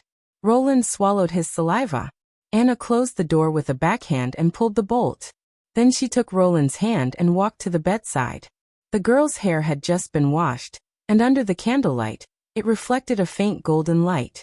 When he came closer, he could smell a faint fragrance. The intoxicating fragrance didn't come from the rose soap, but from her body. Her long eyelashes trembled slightly, and her cheeks were flushed. Her blue eyes were like limpid autumn waters. Although he could see that she was a little nervous, There wasn't the slightest trace of hesitation. She looked straight at Roland, and her eyes were full of determination. Even though he had never experienced a big battle, at this moment, he understood the meaning of the other party's expression. "Cough this. I don't want to wait any longer," Anna whispered, especially after experiencing such an encounter. She paused. "I don't want to regret it." Chapter 299. I understand. Roland picked her up by the waist and gently put her on the bed. Just this simple action made him gasp for breath. Removing the thin blanket, he turned over and got on the bed. Anna leaned over and rested her head on his arm. Next should be foreplay? He found himself nervous. This couldn't go on. As an experienced person, he couldn't show his timidity in front of the little girl. Perhaps he should use a relaxed chat to ease the atmosphere, and then take action, such as, first tell a dirty joke? While he was thinking hard and a soft voice sounded in his ear. "When you pushed me away on the hot air balloon, didn't you think that you might die?" Roland was startled. He didn't expect the other to ask this. "I just did it subconsciously." "You are the future ruler of Grey Castle, and also the hope of the witches," she whispered. "I am not worth it." "It's not a question of whether it's worth it or not," Roland said with a chuckle. "I can't just watch you be attacked and do nothing. In fact, after I woke up, I thought about it carefully. If it hadn't happened so suddenly, giving me time to think it over before making a decision, I would still have done it." "I couldn't stop you, could I?" "Well, no." Roland used his other hand to pinch her nose. Anna's eyelashes drooped down, and after a moment of silence she said, "Can you tell me your story from before? I want to know more." "Well, before," Roland exhaled. He searched the memories of the fourth prince, and was about to tell her 2 interesting stories from the palace, but he swallowed the words back. His past didn't belong here, but to another completely different world. "I used to live in a big city, very big. Well, the capital of Grey Castle. It was many times bigger than Border Town. After I was born, I was no different from an ordinary person. I was a little smart, but not that smart. I studied hard, so I was often praised by the teacher, but he didn't know that the hard-to-erase graffiti on the classroom walls were all drawn by me. Of course he wouldn't dare to blame you," Anna murmured softly. "Haha, that won't happen. He doesn't need to do anything to me. He just needs to tell my parents." Roland smiled and shook his head.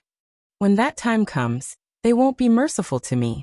Then as I grew older, my teachers kept changing, from junior teachers to tutors. In the end, I completed all my studies with average grades. Of course, compared to other people's children, they are still lacking. With his eyes half closed, he slowly narrated his experiences. It had been a long time since he had experienced this kind of unrestrained communication. Ever since he came here, he had been playing the role of a prince. At this moment, he felt like he had returned to the past. It was as if he was lying in a hotel full of classical charm, chatting with the girl he liked. His nervous mood gradually relaxed. Perhaps it was time for the next step. Roland turned his head slightly, only to find that Anna had already closed her eyes. Her chest that was pressed against his side rose and fell slightly, like a cat falling asleep. He was slightly surprised, and then couldn't help but chuckle. "So that's how it is. She is also tired." Thinking about it, in order to hide their whereabouts, the witches had found a cramped mountain ridge to hide in the night before. They also had to be on guard against the attacks of beasts and devils. They almost didn't sleep for the whole night. When the sky had just brightened, they continued to fly Cloud Gazer to Border Town. After returning to the castle, Anna spent the night in her bedroom. She hadn't rested for 2 days and 2 nights. Under the tension and relaxation, it was easy to let all the previously suppressed exhaustion break out. It would be strange if she wasn't tired. Probably, this decision was made while waiting anxiously. Although it was a pity, Roland didn't care about this time. There was still a long way to go. He leaned forward, kissed Anna's long eyelashes, and whispered, "Good night." When the early morning light entered the room through the gap in the curtains, Sylvie got up from the big bed and couldn't help but yawn a few times. These days' experience was incredible, like a dream. From discovering the devils to fighting in the air, and finally escaping all the way back to Border Town. She felt that even if she was chased by the church's army of judges, she wouldn't be so nervous and tired. Good morning. Vendi had already changed her clothes and was preparing to wash with a basin of water. Good morning. She nodded. You got up early. I'm getting older. Vendi smiled. The amount of time I sleep is getting less and less. Is it dawn? Nightingale rubbed her eyes. It seems that I have to take a nap at noon. Didn't you sleep well last night? Yes, I had a lot of dreams. Sylvie disapprovingly curled her lips. Last night, she clearly saw that Nightingale had gone to the third floor of the castle, and had even lingered in front of the Lord's door for a while. But because of Nightingale's special ability, she didn't know what she wanted to do. In short, she came back very late. Last night, didn't you? Just as she opened her mouth, Nightingale suddenly turned her head and looked straight at Sylvie. Her slightly narrowed eyes were self-evident, and Sylvie immediately closed her mouth. The strength of the Witch Cooperation Association's #1 combat, which was obvious to all. The scene of her drifting in the air like a ghost and intercepting the devils was still vivid in her mind. If she were on Sleeping Island, I'm afraid that even Lady Ashes wouldn't be her opponent. Regarding her silent warning, Sylvie felt that it was better not to be too curious. What happened last night? Vendi asked curiously. Ahem. She opened her mouth and said. I heard her snoring last night. It should be because she consumed too much energy these days. I think so too. Nightingale shrugged and took off her nightgown, revealing her well-proportioned and coordinated body. She then began to wear the underwear that His Highness had given her. Come to think of it, now even Vendi had completely accepted this piece of clothing, and even recommended it to her. She had to admit that His Highness Roland was really a terrible person. But at this time, thinking of him, Sylvie's heart was filled with a warm feeling. It turned out that there really was a noble who would be willing to be injured for a witch. Seeing Roland's posture when he pushed Anna away without a care for his own safety, she felt that something in the bottom of her heart had been touched. All the witches in the Witch Cooperation Association weren't tools under his control, but were his important subordinates and even companions. His reaction at that moment couldn't be deceived. He was sincerely standing on the side of the witches, just like Tilly Wimbledon. If Roland and Tilly could stand hand in hand and gather the strength of the two places, maybe they could really create a new country where there was no distinction between witches and ordinary people. She decided to write a letter to Lady Tilly. It's great that His Highness Roland is your brother. To be continued. Your support is my greatest motivation.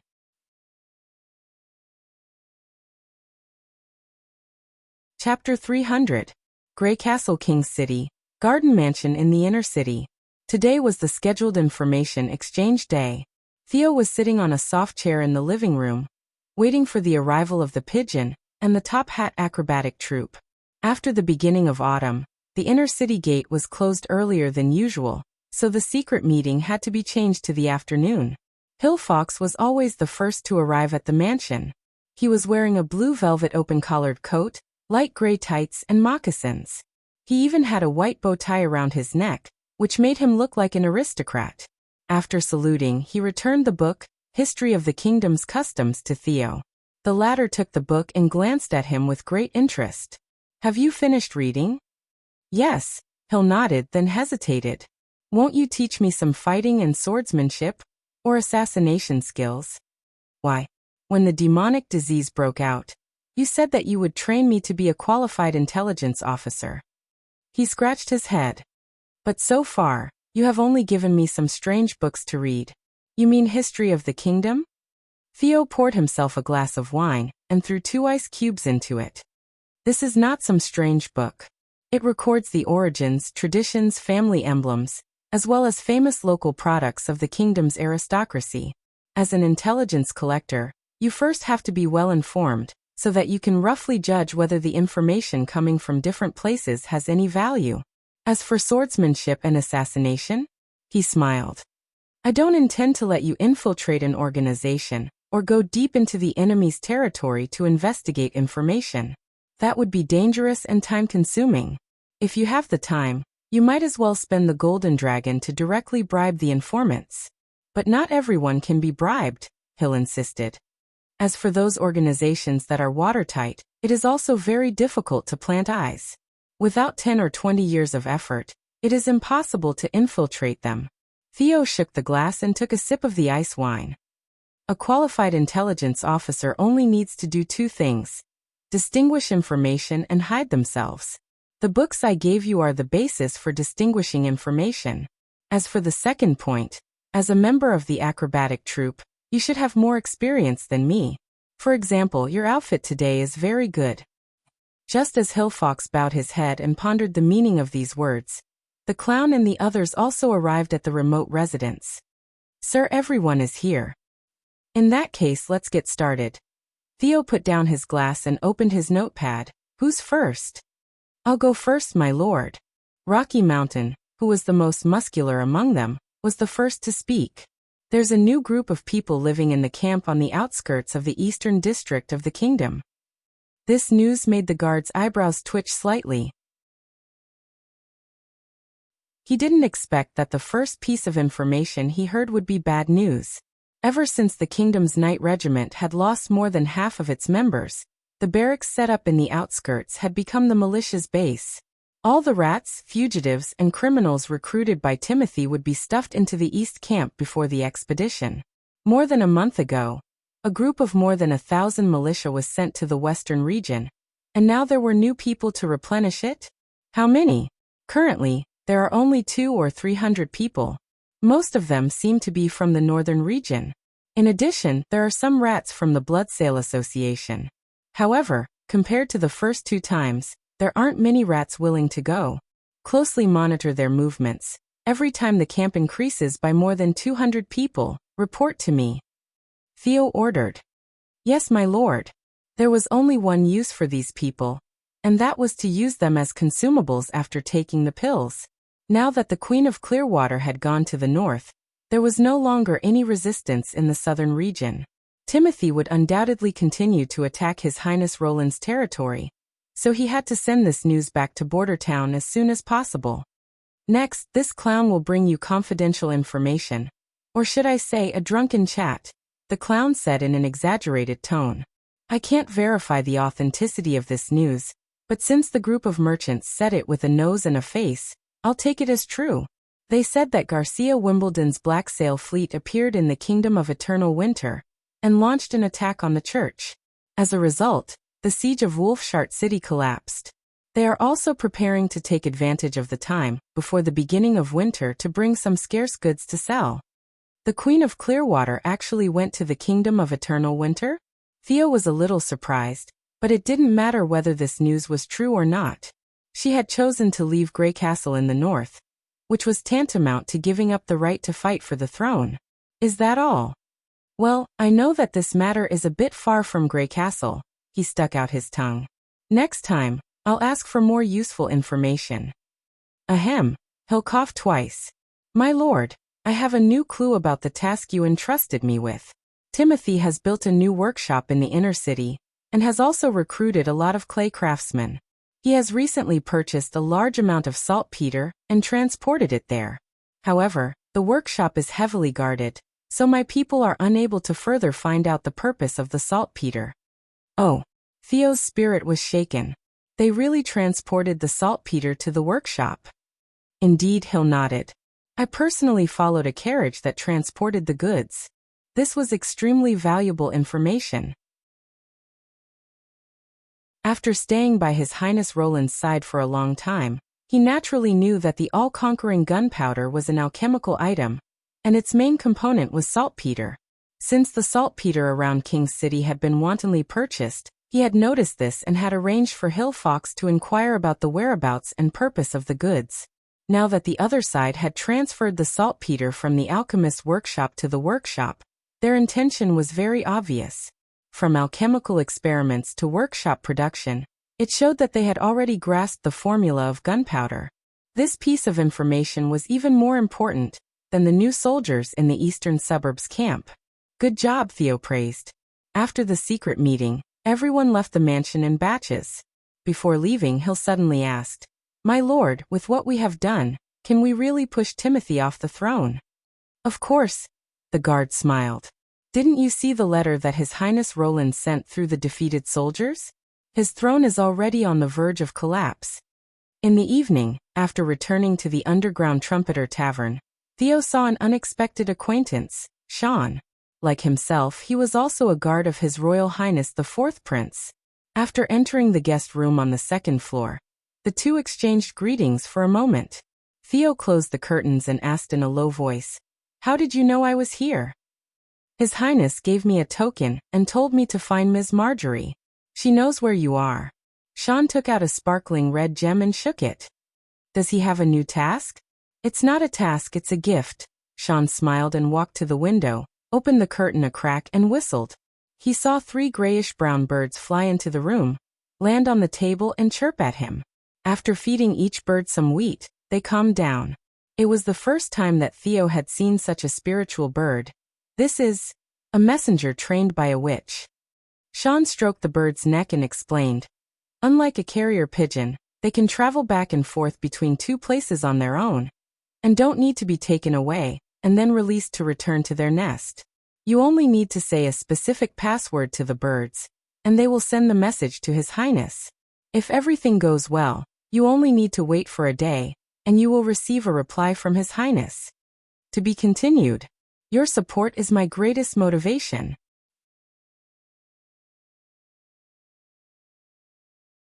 Chapter 301. Ow ow. Maggie was fiddling with her wings and tail in the backyard of the newly repaired castle, spinning in circles for everyone to admire. Although he had already learned about the whole story from the witches, when Roland saw Maggie for the first time, he was still shocked from the bottom of his heart. This giant brown-skinned bird was 10 meters long, including its tail, with a wingspan of nearly 15 meters. It was similar to the wings of a bat, and under the sunlight, he could clearly see the blood vessels and skeleton under its thin skin. Probably because of its long body, the giant bird had 4 limbs, the thickness of an adult's arm, with claws at the end for support. The most eye-catching thing was its head, with 3 triangular eyes on both sides of its head. In addition, the whole face was a bloody mouth, not a common beak of a bird. When Maggie opened her mouth to speak, her mouth opened and closed, revealing a circle of sharp teeth and a long tongue, causing the other witches to let out a burst of exclamations. "This is the Devil's Mount?" Leaf sighed. "Fortunately, we didn't encounter such a monster in the barbarian land, otherwise none of us would have been able to escape. If it hadn't evolved a new ability, I'm afraid I wouldn't have been able to come back."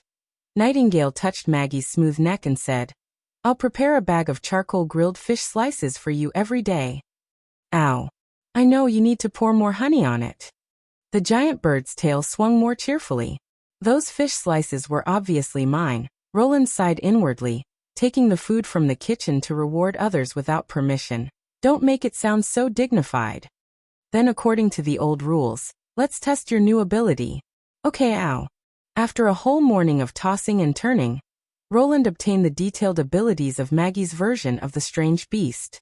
Following the previous practice of enlarging, the giant brown-skinned bird she had transformed into was a size larger than the original version of the Devil's Mount, and its carrying capacity had also increased a little, so it could carry 2 witches at the same time.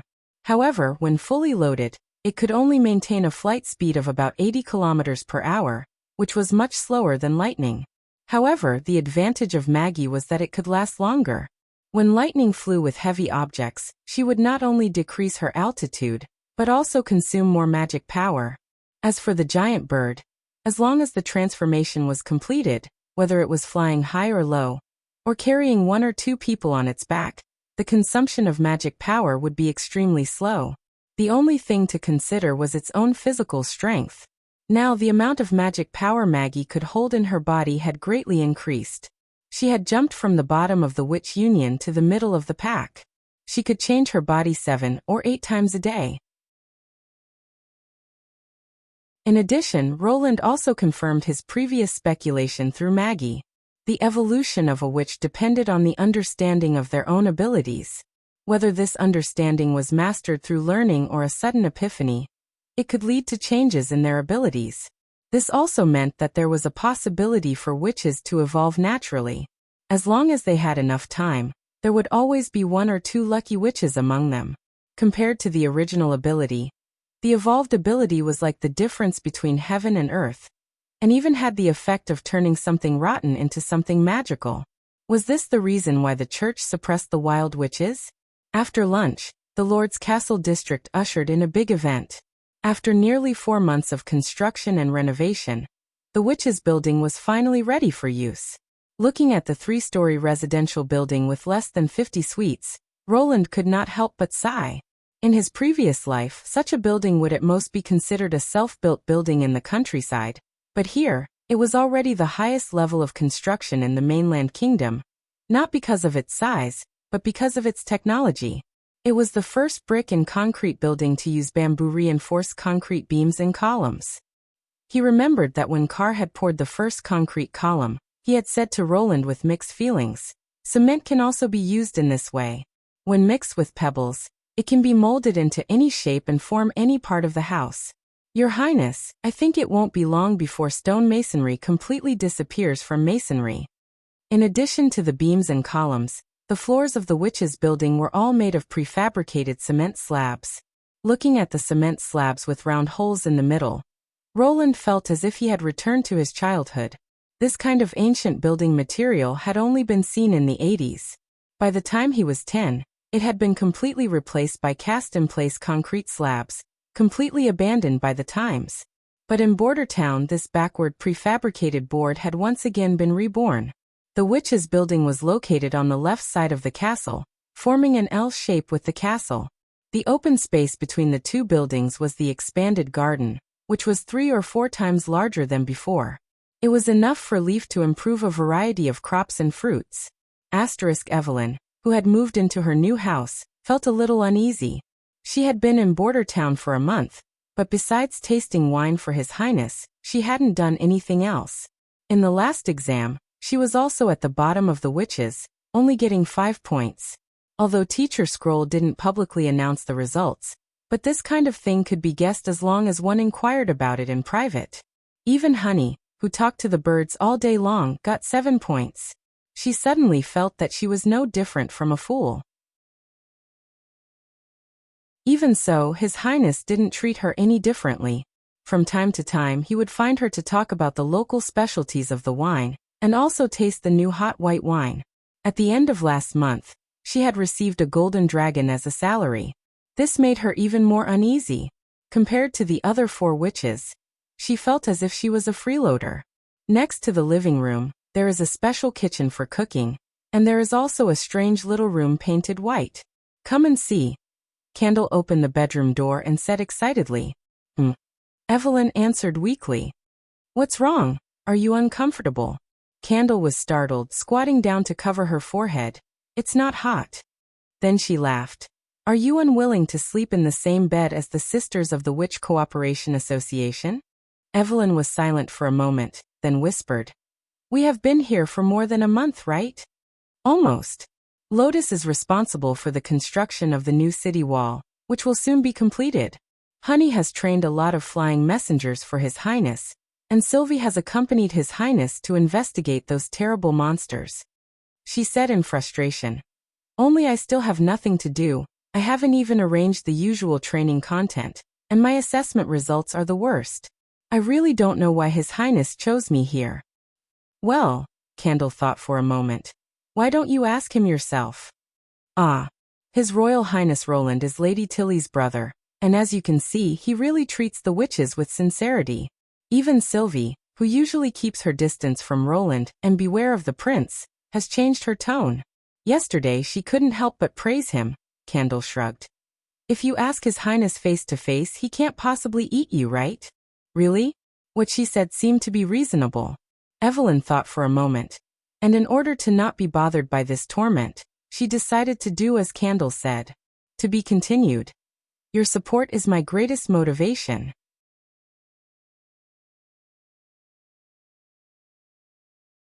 Chapter 302. The day after the witches of Sleeping Island moved, Roland called the City Hall manager, Barov, to the office. "I need you to issue a recruitment notice." He pushed the draft in front of the other party. "A week of short-term work for about 10 people, preferably women." Barov picked up the paper and carefully looked it over. "Your Highness, what is starch?" "You know wheat flour, right?" The manager hesitated. Do you mean coarse flour or fine flour? After grinding the wheat grains, they can be baked into bread or baked into wheat cakes, but what you eat is fine flour that is further sifted to remove the bran. The output of the latter is only 60% of the former, and the baked bread is softer, but the price is very high, only the great nobles can afford it. The most satisfactory thing about this former assistant finance minister was that he had a full understanding of all kinds of low-level goods. Because of the backwardness of agriculture and the scarcity of food, the same thing was eaten in different ways at different levels.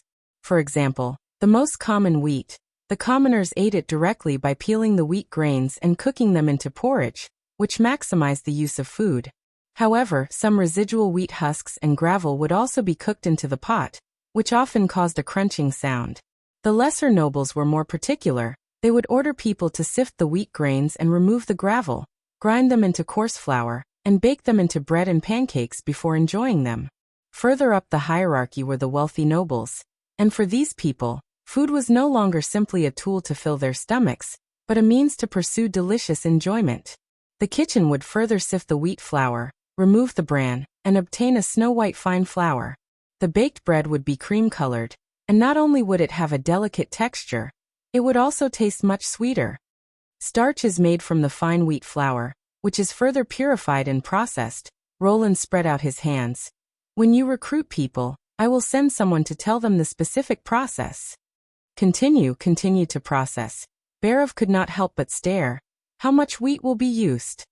I don't need too much, 300 or 400 kilograms. Roland paused, then changed his words.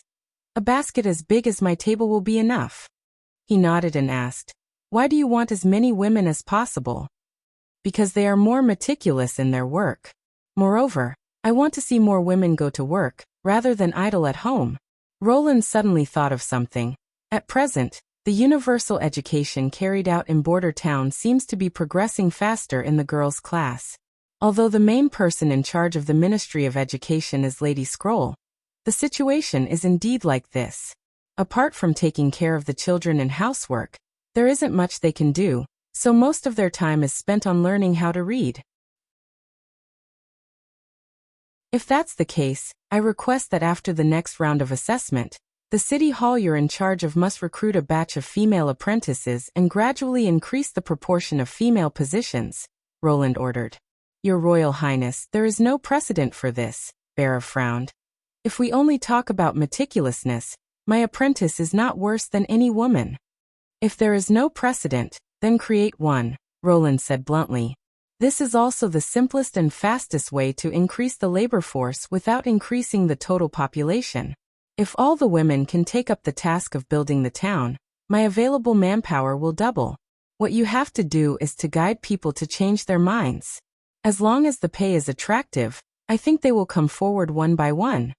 After Barov left, Nightingale laughed in the prince's ear and said, what delicious things are you going to make?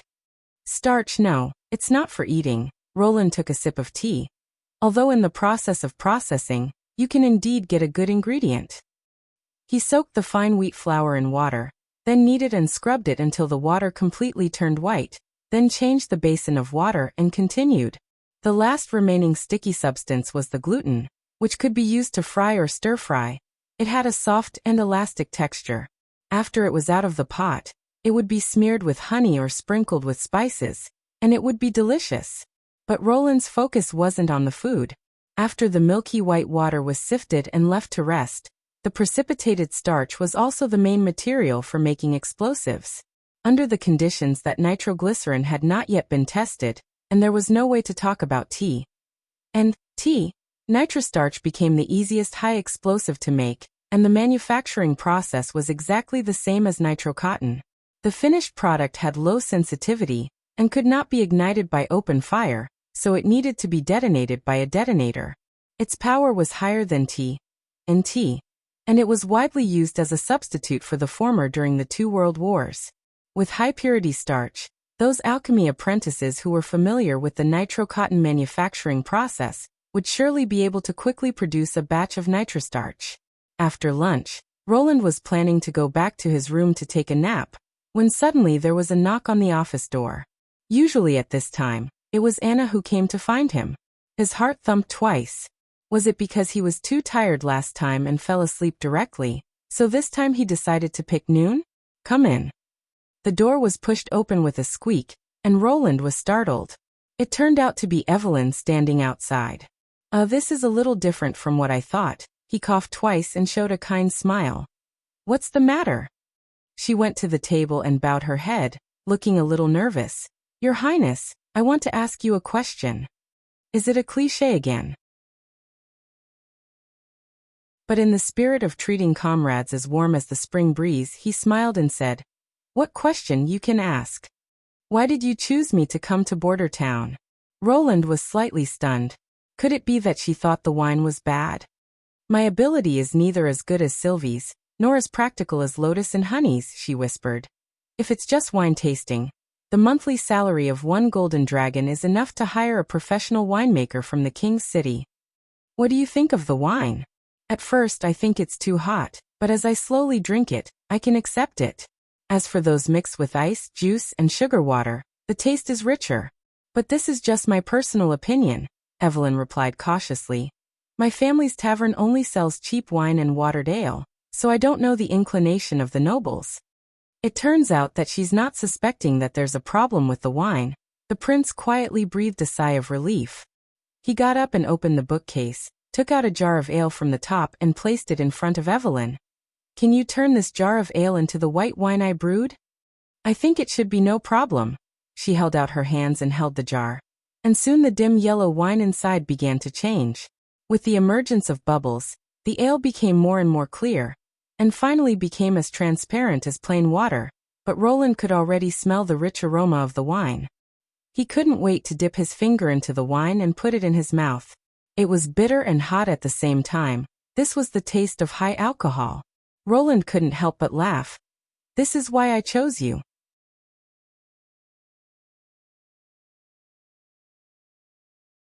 Chapter 303. Genius in 1 second. Remember Net, providing you with wonderful novels to read. In the palace hall of the Kingdom of Everwinter, the fire in the fireplace was already burning. Compared to Grey Castle, where the 4 seasons were distinct, the summer here was particularly short, and the autumn was more like a warning of the coming winter. Even before changing into light clothes, the cold wind would quietly come again. Garcia Wimbledon, wearing a fox fur coat, sat on the throne, listening to the complaints and demands of the nobles. She did not like this palace. The pillars, walls and floor were all made of snow-white stone, each piece polished smooth and translucent, looking like solid ice.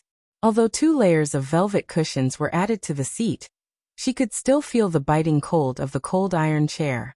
"The damned house looks like it's made of ice," she thought crossly. When the situation stabilized, the first thing to do was to smash all the walls, and then relay them with dark brown granite slabs. "Your Majesty, I hope you can seek justice for me," a noble said with a sad face. This guy had talked a lot before, but in fact, it could be clearly explained in a few words. It was nothing more than a public trial of some evil nobles after the church occupied the kingdom, presided over by Bishop Heather. Most of the nobles were hanged, but this guy was lucky. He was only sentenced to confiscation of his property and equally distributed to the victims.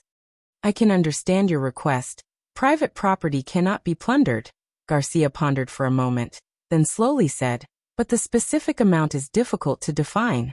How about this? If you can provide financial statements for the past 5 years, I can take a part of the seized property as compensation." "But the mob looted my house. I'm afraid these records."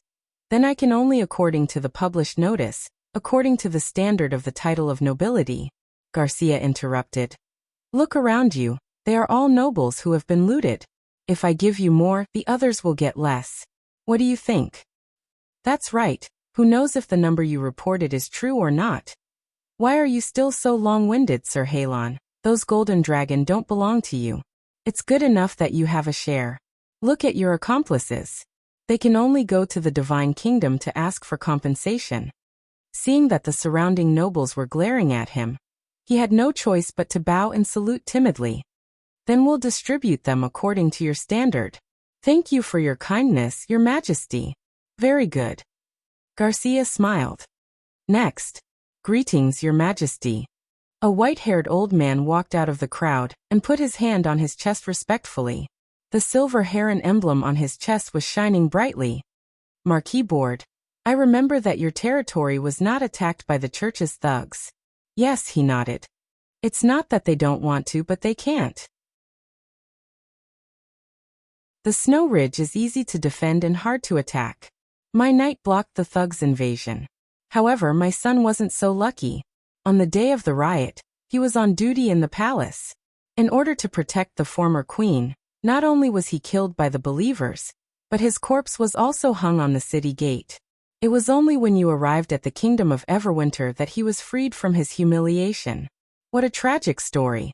Garcia pretended to be sad and sighed. So, what do you need me to do? The person who killed him is called the Butcher. Now he has become the leader of the remaining rebels. They are hiding in the impassable mountain range in the north. I want to avenge my son, the Marquis calmly stated. But I don't have many troops under me. Apart from patrolling, guarding the city wall and the granary, it's difficult for me to spare manpower to search for hundreds of exiled thugs in the wilderness. She shook her head and expressed her regret. Once winter comes, the mountains will be blocked by snow. They won't get any supplies and will freeze to death sooner or later. Why are you in such a hurry? Only by killing the murderers can I find peace, Your Majesty. I don't need to trouble you to send warriors to search for the rebels. There are many natural caves at the foot of the mountain. They must be hiding there. However, most of the entrances to the caves are very narrow. If they are blocked with stones, even a knight would find it difficult to break in. I hope you can provide me with the kind of alchemy item that can blow up the city gate. I will do the rest myself. You wanted snow powder. Garcia frowned. Snow powder was very powerful, and it was a trump card that could change the situation of a battle. She could never let it spread out. She was just about to refuse when the Marquis continued. If you can agree to my request, I am willing to return to the palace and serve you. The Silver Heron family will also fully support you in taking over the kingdom of Everwinter. This sentence made Garcia slightly stunned. When the church executed the queen, they also killed a group of important ministers. Marquis Bod was quite famous here. If he could become the prime minister and gather the rest of the nobles, to a certain extent, it could make up for the difficult administrative situation. This request is not too much. She thought for a moment and finally made a decision. But I can't give you the alchemy powder directly. When you need it, I will send a special alchemist to help you blow up the cave. After the end of the court meeting, Garcia returned to the back room. Ryan came to greet her and handed her a cup of hot fruit wine. You have worked hard, Your Majesty. Those nobles have really turned to you. In this way, even if you don't rely on the Wolf King, you can still slowly swallow the whole kingdom of Everwinter. If there is no church, the queen shrugged. The church's action of depriving the nobles of their inheritance had pushed them all to her side. With the support of this group of people, coupled with the substantial weakening of the real power in the past, it would not be difficult for her to gain a foothold in King's City. However, there was still a long way to go before she wanted to control the kingdom of Everwinter. The people here were greatly influenced by the church. The Black Sail warriors she had sent to sweep the churches in several other big cities were attacked by civilians and believers. Therefore, forming an alliance with the kingdom of Wolfheart was extremely important. Not only could they resist the church together, but they could also weaken the influence of the church by sending people. As for those stubborn commoners, he would just kill them all.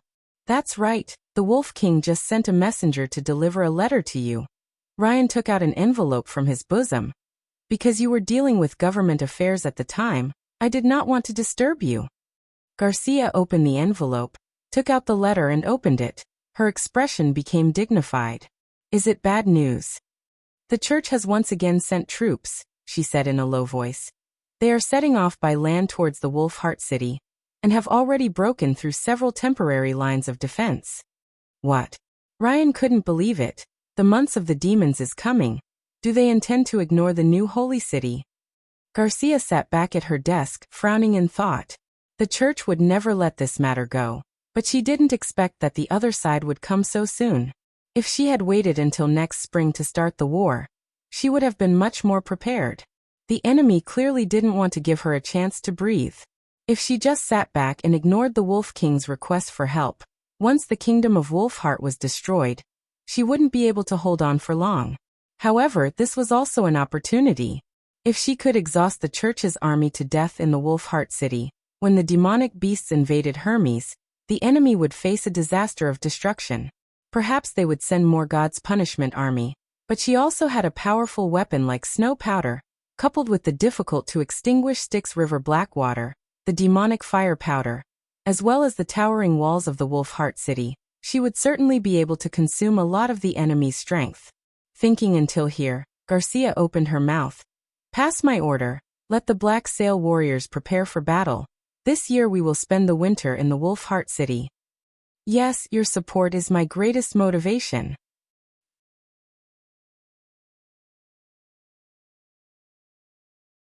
Chapter 304.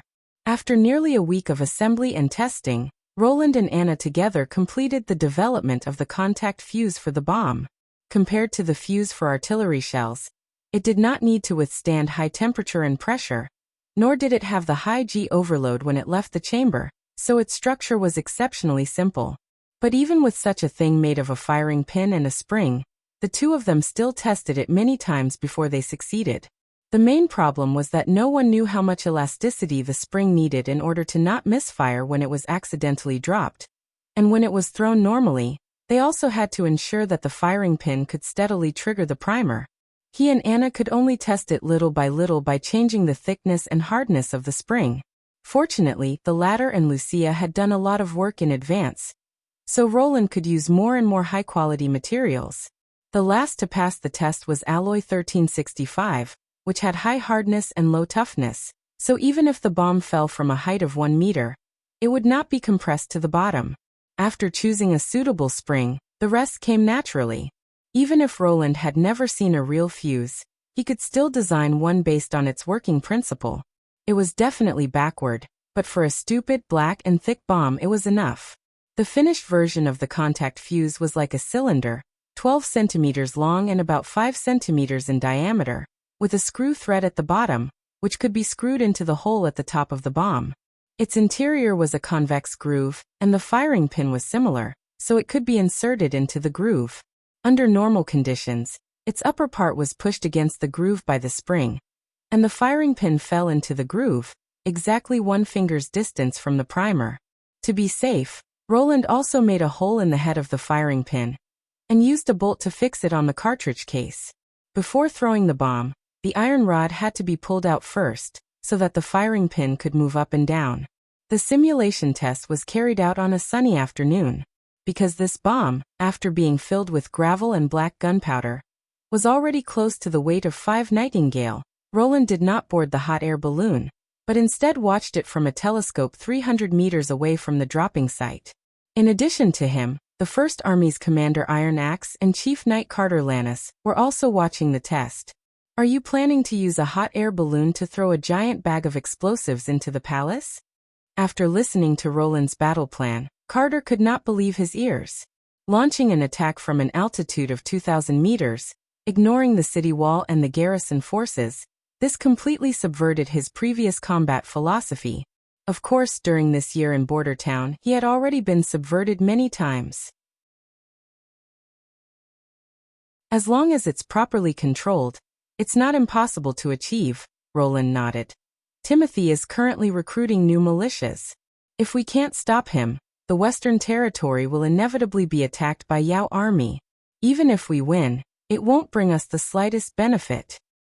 The secret letter sent by Theo showed that Timothy still wanted to use the same old trick to consume his own strength. It was unknown whether the team of emissaries sent by Barov would be able to catch up with the other side and draw more people to Border Town. If you can really cast the wrath of heaven's thunder on Timothy's head, he will definitely be scared out of his wits, Iron Axe said excitedly. This is simply an irresistible heaven's punishment. I hope so, Roland smiled. Although Theo had mentioned in the letter that Timothy was likely to have already figured out the formula for the black gunpowder, and opened a workshop in the inner city in an attempt to mass-produce this dangerous substance, but after thinking it over, he still chose the top of the palace as the target. The reason was very simple. because the palace was sufficiently eye-catching. Looking down from an altitude of 2,000 meters, even the most magnificent city of Grey Castle was only the size of half a palm, so when throwing the bomb, it was necessary to find a good landing point in advance. The palace was in the center of the inner city, surrounded by a red-tiled wall, and the roof of the palace was paved with pure white slabs. During the fall, it looked particularly eye-catching, and it was almost impossible to mistake the target. But the workshop was different. He didn't have the layout of King's City, and there was no one on the ground to guide him, so it was difficult to clearly describe the target's location with words. In addition, the workshop itself was not large. Once the bomb fell into the residential area, the gains of this plan would not make up for the losses. Suddenly, a white shadow fell straight to the ground, causing a column of smoke to rise in the test field, followed by a dull thud. It seems that the bomb has fallen. Roland put away the telescope. Let's go and see the result. After a week of training, Lightning's bomb-throwing technique had made great progress. This bomb fell less than 5 meters away from the center of the target. The whole body of the bomb had sunk into the soil, and the outer shell had been greatly deformed under the impact. When Cloud Gazer landed, Anna used her black flame to cut open the bomb, and everyone saw that the soil near the fuse had already become a mass of charred black, which proved that the high temperature of the primer had ignited the black gunpowder scattered on the surface of the soil, and the fuse itself was working normally. If the inside of the bomb was filled with nitrostarch, it could easily create a 4 to 6 meter deep pit, and kill and injure the people within a range of 50 meters who had no shelter. Since the development of the bomb had been completed, the next step was to arrange the battle plan. Roland's gaze swept over everyone and slowly said, "The surprise attack on King's City will be carried out next Monday. First of all, Iron Axe, you will lead a team of 50 people with flintlocks, and escort the witches to the outskirts of Silver City. There is a mountainous area there which can block the view, so whether it is to set up a camp or to release a balloon, it will be very suitable." "As you bid, Your Highness," Iron Axe replied. "Are we not going to fly directly from Border Town?" Vendi asked. "No, that is too far." Roland shook his head. From the western region to King's City it would take at least a week. If they were to use Cloud Gazer to fly directly, it would still take about 3 days, including the return journey. It would take 6 days. After the basket was installed with a throwing frame, it could only carry 2 people, so Nightingale couldn't go with them.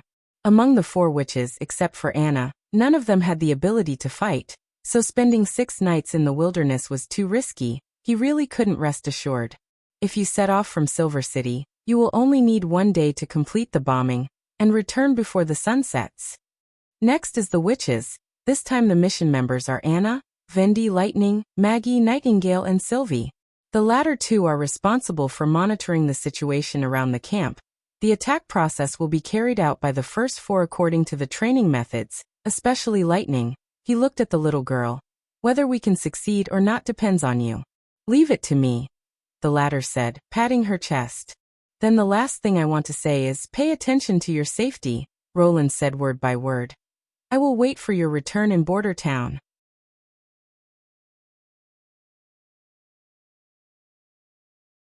Chapter 305. May did not expect that her heart would be full of expectations when she once again embarked on the return journey to Border Town. The woods along the Redwater River had begun to turn yellow, and the breeze blowing in her face brought a trace of coolness. The shimmering river water rolled under her feet, and from time to time, she could see fallen leaves sliding over the side of the boat. Without the anxiety and uneasiness from last time, the surrounding autumn scenery became poetic and picturesque. "Miss May," a reverent voice came from behind her. "Your performance of the Witch's Diary, was it really written by His Royal Highness himself for you?" May turned around and saw a group of actresses gathering around her. The one in the lead was nervously looking at her. She remembered that her name seemed to be Swallow. "Aha, sorry." Irene waved at her from the bow of the boat and said loudly with a smile, "I can't answer their question, so I had to let them ask you." "This idiot." May secretly rolled her eyes. If it was before, she would have just sneered at them.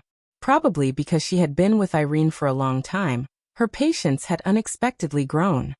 "It wasn't written by His Royal Highness for me. but by the Minister of Education of City Hall, Lady Scroll for the witches. Is that so? Swallow blinked her eyes. When you argued with Bella, we all thought it was true. Written by His Royal Highness himself, and written by His Royal Highness himself for me. The difference between the two was like heaven and earth. In the end, how did these people hear the first half of the sentence as the second half? But the writing of the script and the performance of the play have been approved by His Royal Highness, so Bella laughing at the script is indeed equivalent to laughing at His Royal Highness himself. I didn't lie to her about this. Have you seen His Royal Highness?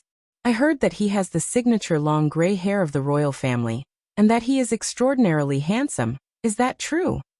I also heard that he has a romantic nature, and has many lovers. Hey, it's true. Looking at this group of lively little girls, May could not help but frown. Damn it, I shouldn't have responded to their curiosity. All right, don't bother, Miss May. Rosia stepped forward and shooed them away, showing an apologetic look towards May. It doesn't matter.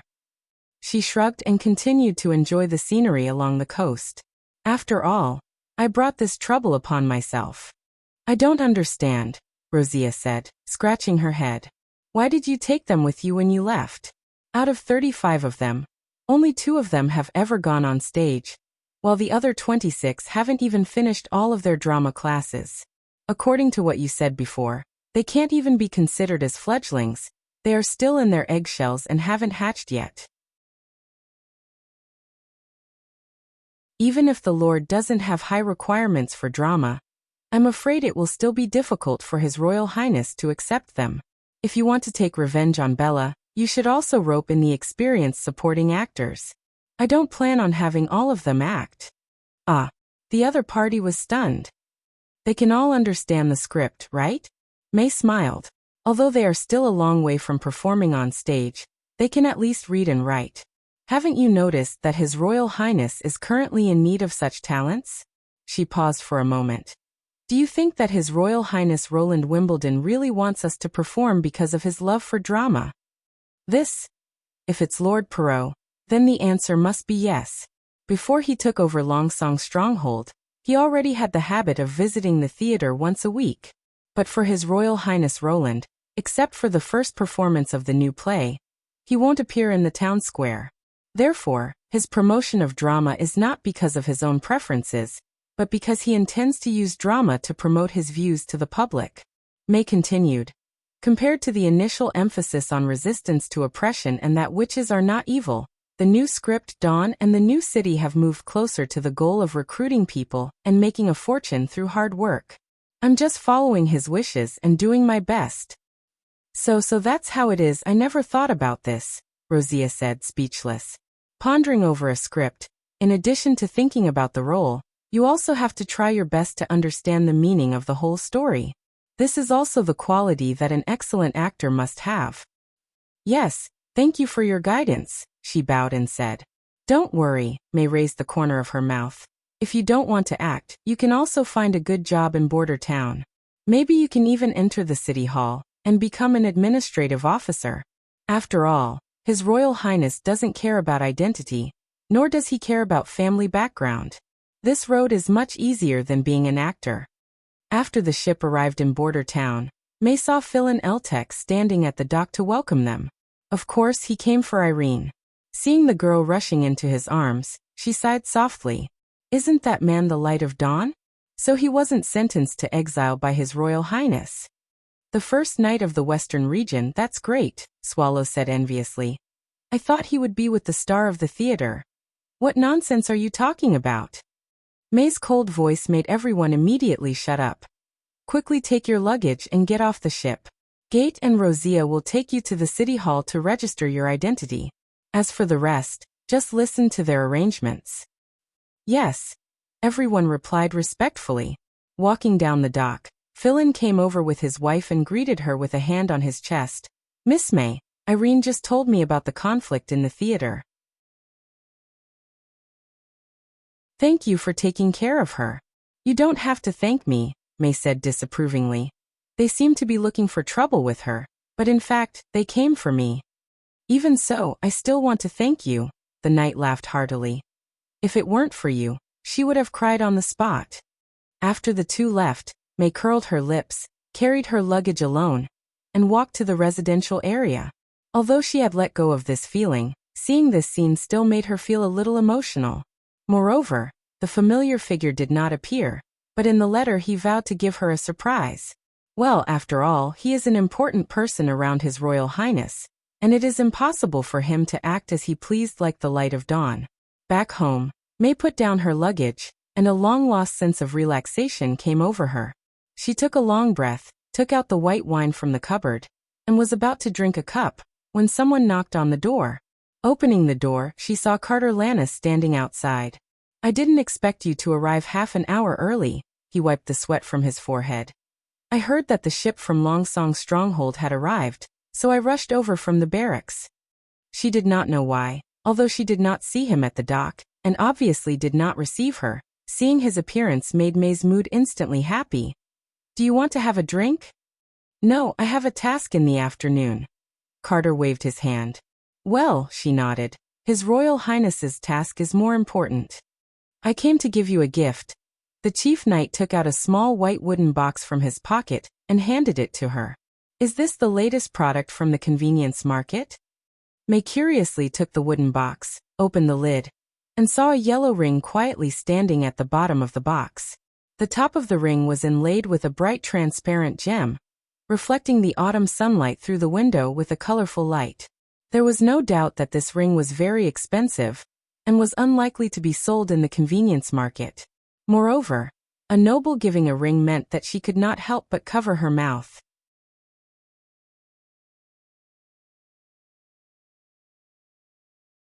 Chapter 306. It had been 4 days since the witches and the First Army set out. According to the plan, they should arrive at the outskirts of Silver City tomorrow afternoon.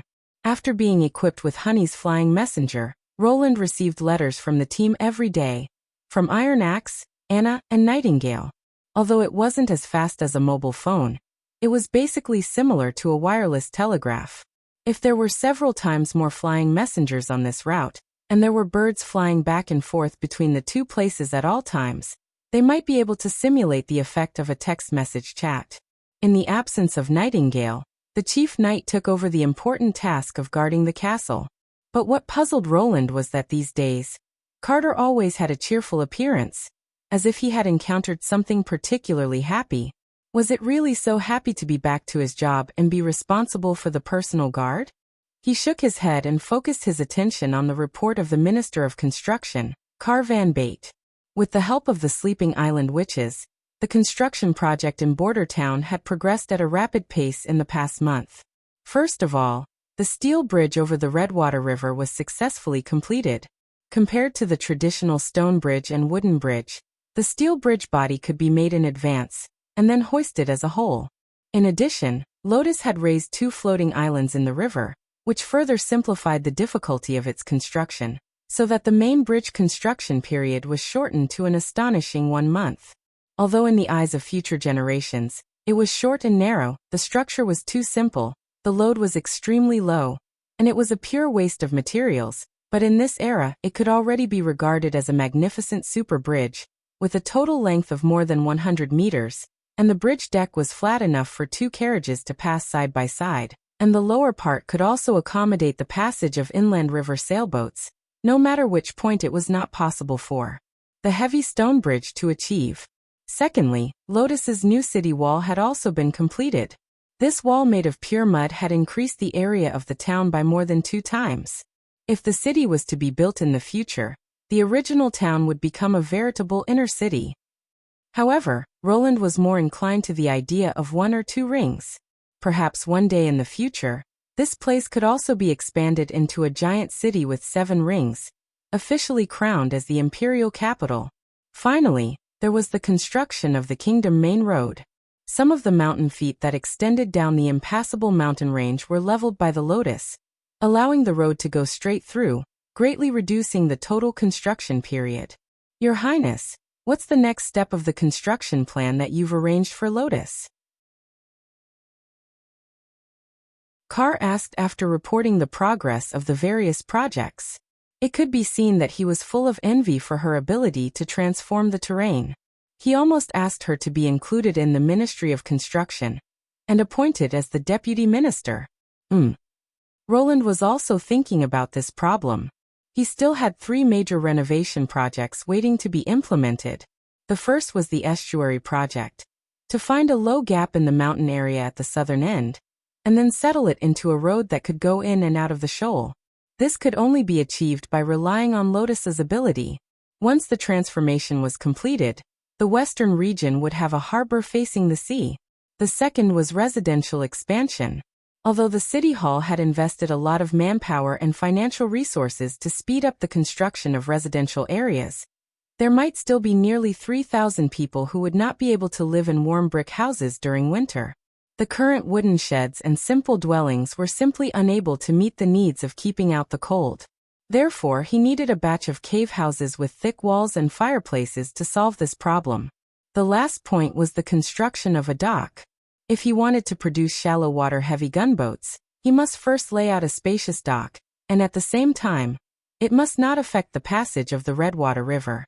Roland intended to lower the height of the river embankment on the west side of the town, forming a dry dock, and then install a lift gate on the side near the Redwater River to control the water retention and discharge.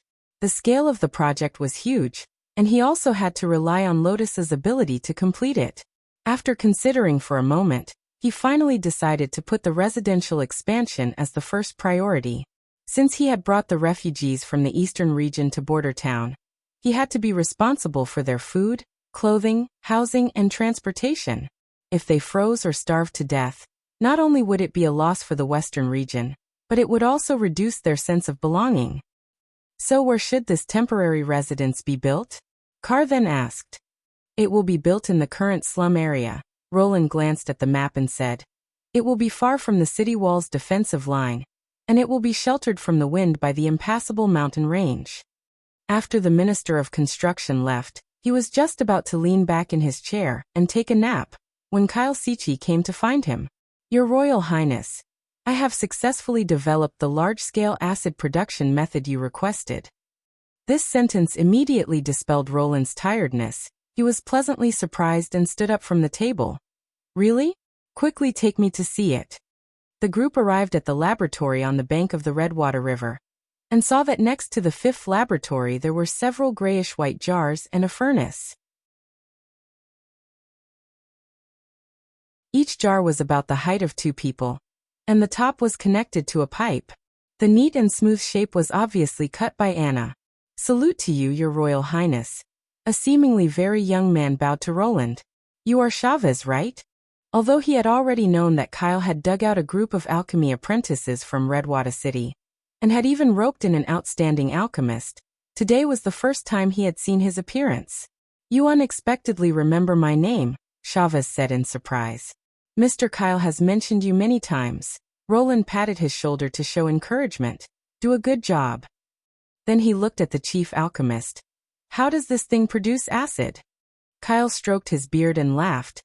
It can be successfully developed, completely according to the derivation of the reaction formula of elementary chemistry. You see that furnace, the purified sulfur will be burned in the furnace. The resulting gas will be further heated, and then sent into the lead jar. These devices are all made of lead. Yes, only lead can resist the corrosion of acid. Kyle nodded. The lead pipe at the top of the jar is constantly sprinkled with nitric acid.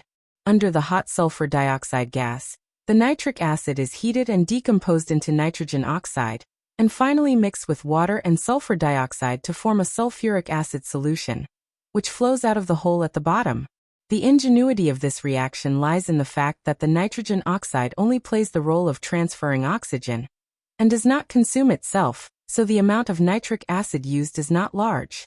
Once the reaction starts, it can be continuously carried out. What is its output? Roland excitedly asked while patting the lead jar. Large-scale production of acid was the prerequisite for the mass production of smokeless gunpowder. If this problem could be solved, there would be hope for a new generation of ammunition for flintlocks and cannons. This is the 4th device I have tried to make, and its output in 1 day is probably equal to that of the laboratory's dry distillation method in a week. The chief alchemist proudly said. Because of the experimental factors, its volume is not large. If we can build a larger capacity of lead jar, the output can be further increased. This is really good news, Roland said with a smile. When Miss Anna returns, you can immediately start building a larger-scale acid device. In addition, if the lead is not enough, you can use iron instead. Miss Soroya's coating can make the iron free from acid corrosion. Kyle nodded, but his next words made the prince's smile freeze on his face.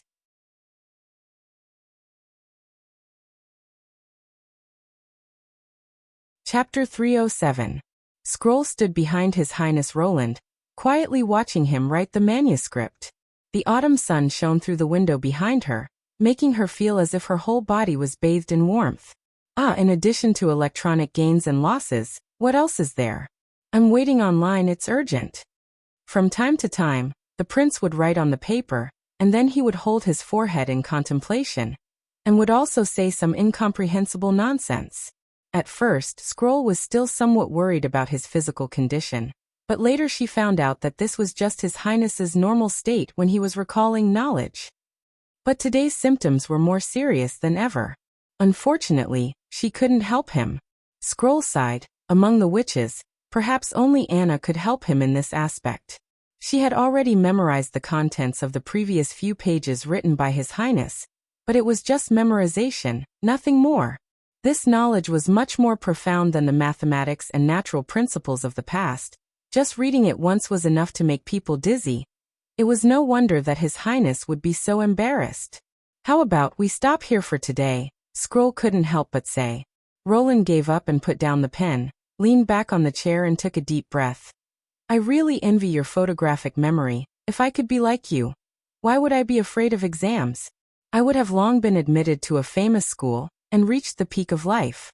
She automatically ignored the latter half of the other side's nonsense. Does His Highness also need to take an exam in the palace? Yes, otherwise how can we distinguish which prince is better, he muttered. In fact, sometimes it's not good to remember everything, Scroll said with a smile. For example, bad experiences, sad things, it's better to forget them. When she was in Swordsmanship, because of her poor identity, she had suffered countless insults and beatings.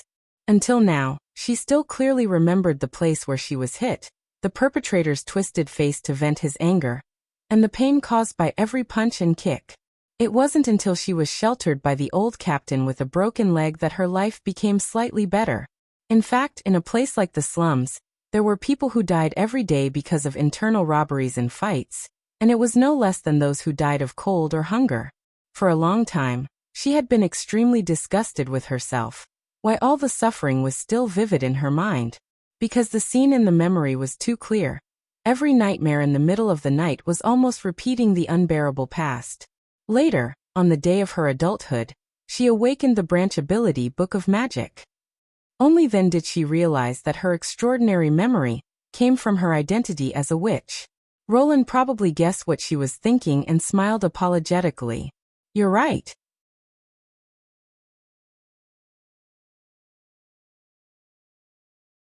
Yes, Miss Nana restored it to its original state, so that I don't have to endure the pain of my toes in winter. Are the plants in the garden all improved by you? Yes, Leaf pointed happily. Over there are the grape sheds, and over here are the fruit trees and crops. I also asked His Highness to send a batch of compost, just in time to test the absorption effect of the new crops. In addition, there are dozens of bird nests in the fruit tree area, and all the flying messengers raised by honey are sleeping on the trees. Scroll lovingly stroked her long hair. I thought you would be the first witch in the Witch Cooperation Association to evolve. After all, when you were in the impassable mountain range, your ability was no less than Kara's. His Highness said that evolution comes from the understanding of one's own ability. Plant cells are indeed incredible, but I have long felt that they should be a whole. You see, when a bundle of grass is condensed into a ball, it can change into a flexible vine. If they are different, how can they fuse together? Scroll opened her mouth, not knowing whether to comfort her or to agree with her words. Finally, she said, even if your ability doesn't evolve, you can still do a lot of things for His Highness.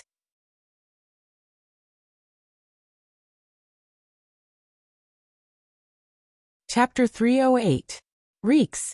The hot air balloon was flying at an altitude of more than 2,000 meters. This was the distance Lightning measured by flying vertically.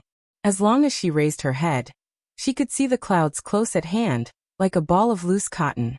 However, if she wanted to really touch it, she would have to fly several hundred meters higher.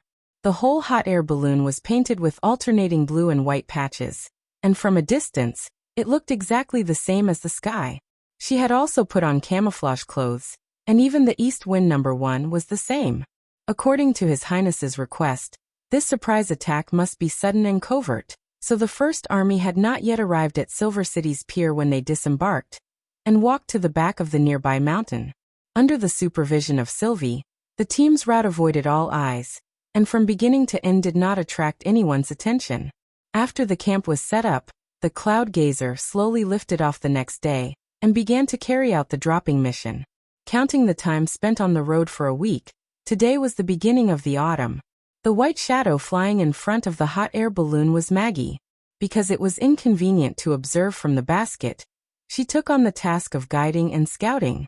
After transforming into a white-tailed goshawk, even if she was high up in the sky, she could still quickly distinguish the road connecting the town and the carriages running on the road. In this regard, the eagle's eye was much more useful than the telescope. Fortunately, the other side can't correct the landing point of the bomb, Lightning thought, otherwise I really would have nothing to do. Are you tired? Anna asked while lying on the side of the basket. Come in and rest, there won't be any demons here anyway. The little girl shook her head. At this speed I can fly for a whole day. Are you a little nervous? Vendi also came over. Not at all, she curled her lips. I have practiced many times and besides the palace is so big, it's impossible to miss. Is that so? Vendi smiled. In any case, don't try to be brave. His Highness said that safety is the first priority. Moreover, what happened when we went to investigate the Devil's Town was not your fault. What the other party said in a gentle tone. Anyone can see that you've been depressed these days. However, it's not that you're afraid of fighting, it's just that you're not good at it. If it were me, I might not be able to do better than you.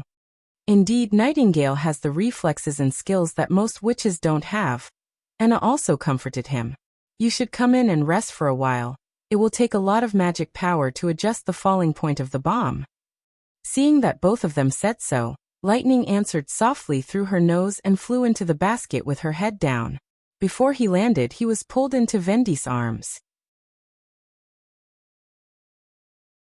No one will blame you, so you don't have to blame yourself, understand? After a morning's flight, Maggie flapped her wings and returned to Cloud Gazer, reporting to the 3 witches. Grey Castle King City is just ahead, we're almost there. Lightning flew out of the basket and raised the telescope. Just as His Highness Roland had said, King City's magnificent walls could be clearly seen even in the sky. It was like a thin cyan line, crookedly outlining the scope of the city. In the center of the gray color, the fingernail-sized white spots were particularly eye-catching. According to the plan, they should first drop leaflets, and then drop easterly number 1. However, after several tests, they discovered that it was impossible to control the direction of the falling paper at an altitude of 2 kilometers, even if a heavy object was added. If they dropped it at a lower altitude, it would be easy for them to find the target. After all, Cloud Gazer was huge, plus there were constantly papers falling from the sky. Under the watchful eyes of the crowd, it would be very difficult to hide. You too. Therefore, His Royal Highness finally cancelled the leaflet part, and instead handed it over to Theo to spread the news. They only needed to drop the bomb above the palace. Vendi manipulated the airflow, so that the basket was firmly suspended above King's City. Are you ready? Pull up the valve, Lightning nodded. Then she only heard a buzzing sound, and the heavy bomb had already left the basket, falling straight down. Due to the sudden decrease in weight, the hot air balloon suddenly rose up a bit. Regarding the next steps, she was already familiar with them. Under the effect of the airflow, the parachute at the end of easterly number 1's tail was opened, and Lightning quickly caught up with the bomb, starting to correct its trajectory little by little. King's City was no stranger to the witches of the Witch Cooperation Association. During their journey to the barbarian land in search of the Holy Mountain, they had hidden in the city's slums for several months. First, it was to collect food, and second, it was to attract new blood. During this period, Soroya and Echo had joined the Witch Cooperation Association. Although Lightning had never personally experienced this, she had often heard them mention it. Compared to other cities, King's City was very strict with the arrest of witches. In the outer city square, witches were executed almost every month.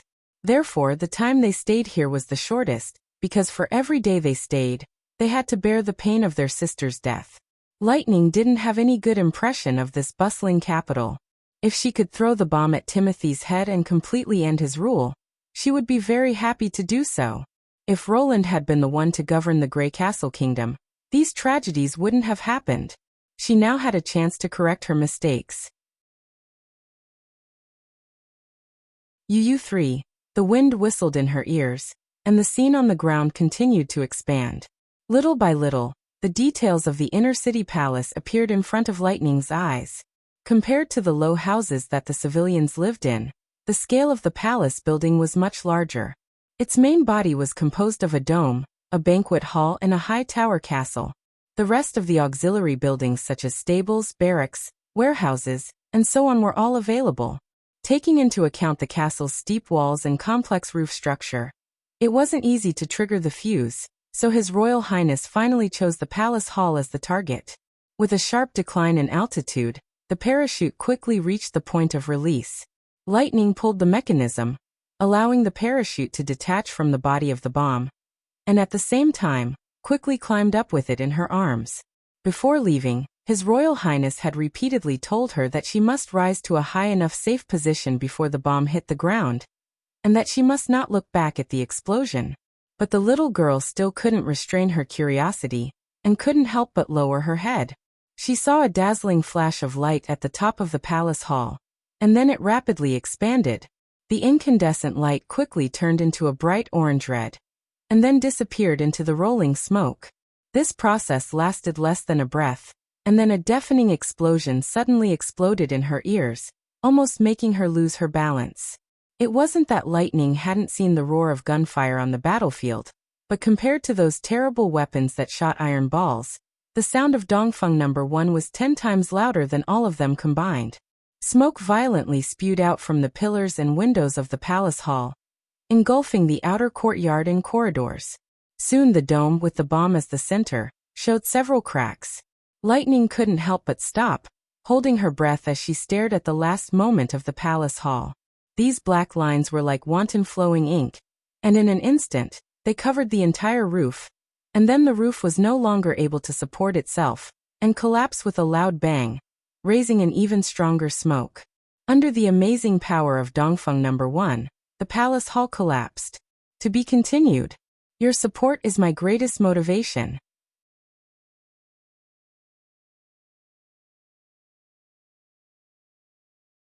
Chapter 309. Theo had been in contact with His Royal Highness once a day for the past few days. Although he had seen many incredible things during his year as His Highness' personal guard, the new order still made him feel inconceivable and confused. The attack on the palace in King's City was portrayed as Roland Wimbledon's punishment for Timothy Wimbledon. When the militia that had attacked the Western Territory had been defeated and returned to King's City, it wasn't as if he hadn't heard about the warning that they had carried with them. Theo had thought that this was just a bluff by His Highness, or perhaps a strategy to create a diversion, taking advantage of Timothy's vigilance and defense to send troops to attack other cities, just like what Garcia had done, to loot their opponents before the coming of winter. However, the subsequent orders from Border Town made him feel that something was wrong.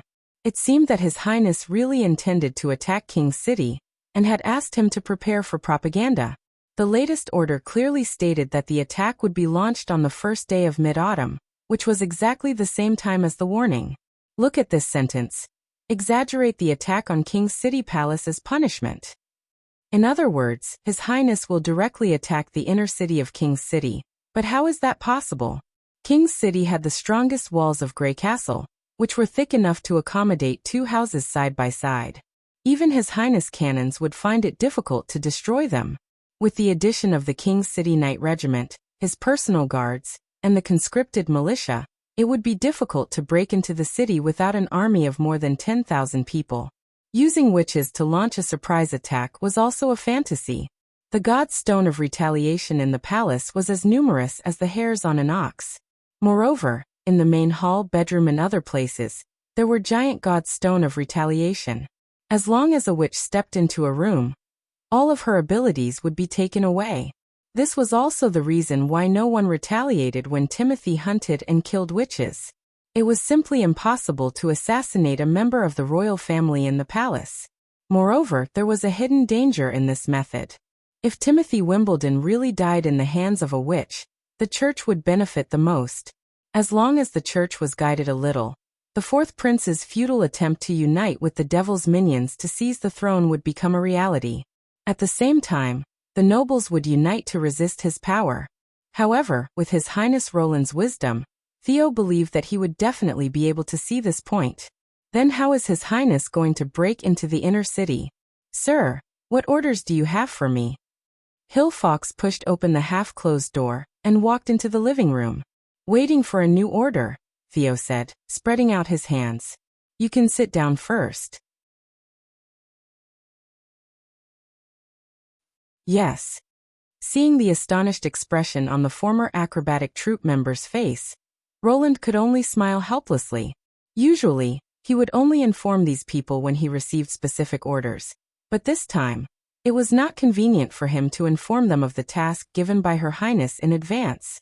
If the palace in King's City had not been attacked, this seemingly absurd order could easily reduce the trust of the other party. But on the contrary, if His Highness really did it, it would be an unprecedented shock to them. And it would also greatly boost the confidence of this group of people, especially when they witness with their own eyes that His Highness was able to pose a real threat to Timothy's throne from thousands of miles away. Such a propaganda effect would be more effective than him wasting his breath. So Theo chose a compromise, first calling Hill to the inner city, and then waiting for His Highness to realize his warning. If he succeeded, everyone would naturally be happy, but if he failed, he only needed to lie and say that the messenger might have been delayed on the road. Drink some tea, Theo said with a smile. Don't always wear doubts on your face. As an intelligence officer, the most important thing is, hide yourself, sir. He took the teacup. That's right, recently there have been a lot of patrols on the streets, and even the number of guards on the city wall has doubled. Could it be that these transfers are related to His Highness's orders? That's right, Timothy. Theo had just finished speaking when a sudden clap of thunder suddenly rolled over the top of the mansion. The sound was so loud that even the window glass trembled.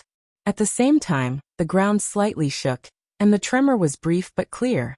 Hill was caught off guard, and the teacup in his hand fell straight to the ground, breaking into several pieces. I'm sorry, sir, but Hill was dumbfounded. What's going on? Come with me, Theo said with a serious look. The two of them rushed out of the garden residence, and were immediately attracted by a column of black smoke in the direction of the palace. Obviously, the sound of thunder had come from there. He had seen His Highness's cannons and flintlocks, so he naturally knew that only alchemy powder could produce a sound like the wrath of heaven. Moreover, such a violent tremor didn't seem to be caused by the bombardment, but more like the bag used to deal with the thick-armored demonic beasts. Hill's mouth opened wide, and he could hardly believe his eyes. Could it be that His Highness's declaration in the warning was true? Yes, Theo finally felt relieved. He turned around and pretended to be profound. This is also the new order that His Highness wants to give you. Timothy's face was livid, and he looked at the falling chandelier in front of him, unable to speak for a long time. Your Majesty, cough cough. Your Majesty, are you all right? The Prime Minister coughed amidst the flying dust. Damn it, what the hell happened outside? Timothy didn't answer. He only felt that his throat was very dry. Under the chandelier was a silver-armored knight, who had been reporting to him about the recruitment of refugees, but now his neck had been broken by the falling chandelier. If he had taken another step forward, I'm afraid he would also. At the thought of this, he felt his hair stand on end. Is this an earthquake? The Minister of Finance was still in shock. We have to quickly leave the castle and go to an open place. That's right, Your Majesty, it's not safe here. All of you shut up, Timothy shouted. Only when he opened his mouth did he realize that his voice was very hoarse, as if someone had squeezed his throat to speak. Sir Weimer, immediately take me to the basement. Yes, Your Majesty. Although the Knight Steelheart also looked a little nervous, compared to the other ministers he was very calm. He came over to help Timothy up and walked downstairs. Along the way, the new king saw that the corridor was full of broken glass, and through the broken window, he saw that the Hall of Heaven on one side of the castle no longer existed. Amidst the rising smoke and dust, this magnificent building now only had a few lonely stone pillars left. This was not caused by an earthquake, but by a large amount of snow powder explosion. Leaving the castle now was undoubtedly suicide. Only God knew whether Roland Wimbledon had buried snow powder in other places. Only the basement with thick stone walls was safe enough. Damn it, Timothy thought bitterly. Why does my fourth brother also have this kind of alchemy weapon? Could it be that when Garcia had left the port of Clearwater, she had also given him the recipe, so that he could use the snow powder to fight with her? But even if that was the case, how did he bury the snow powder in the palace? Even a witch with extraordinary abilities would not be able to do this. Take the Knight Regiment and thoroughly search the entire palace area, especially the sewers, gardens and warehouses, where snow powder can easily be hidden. As soon as he stepped into the basement, Timothy immediately ordered the Knight Steelheart. If you find any suspicious people, whether they are nobles or not, arrest them first. All attendants and servants entering and leaving the palace must be thoroughly searched. No one can escape. Yes, Your Majesty. After Sir Weimer left, the new king found that his back was wet with cold sweat. Roland actually did this. Regardless of how he did it, this time he was able to hide snow powder in the palace. Next time, wouldn't it be as easy as turning over his hand to hide it in the castle? Your position is far from as safe as you think. When the time comes, everyone will see that your throne is already on the verge of collapse. Thinking of this warning, Timothy could not help but shiver. When his anger gradually subsided, he felt fear rising from the soles of his feet, bit by bit gripping his heart.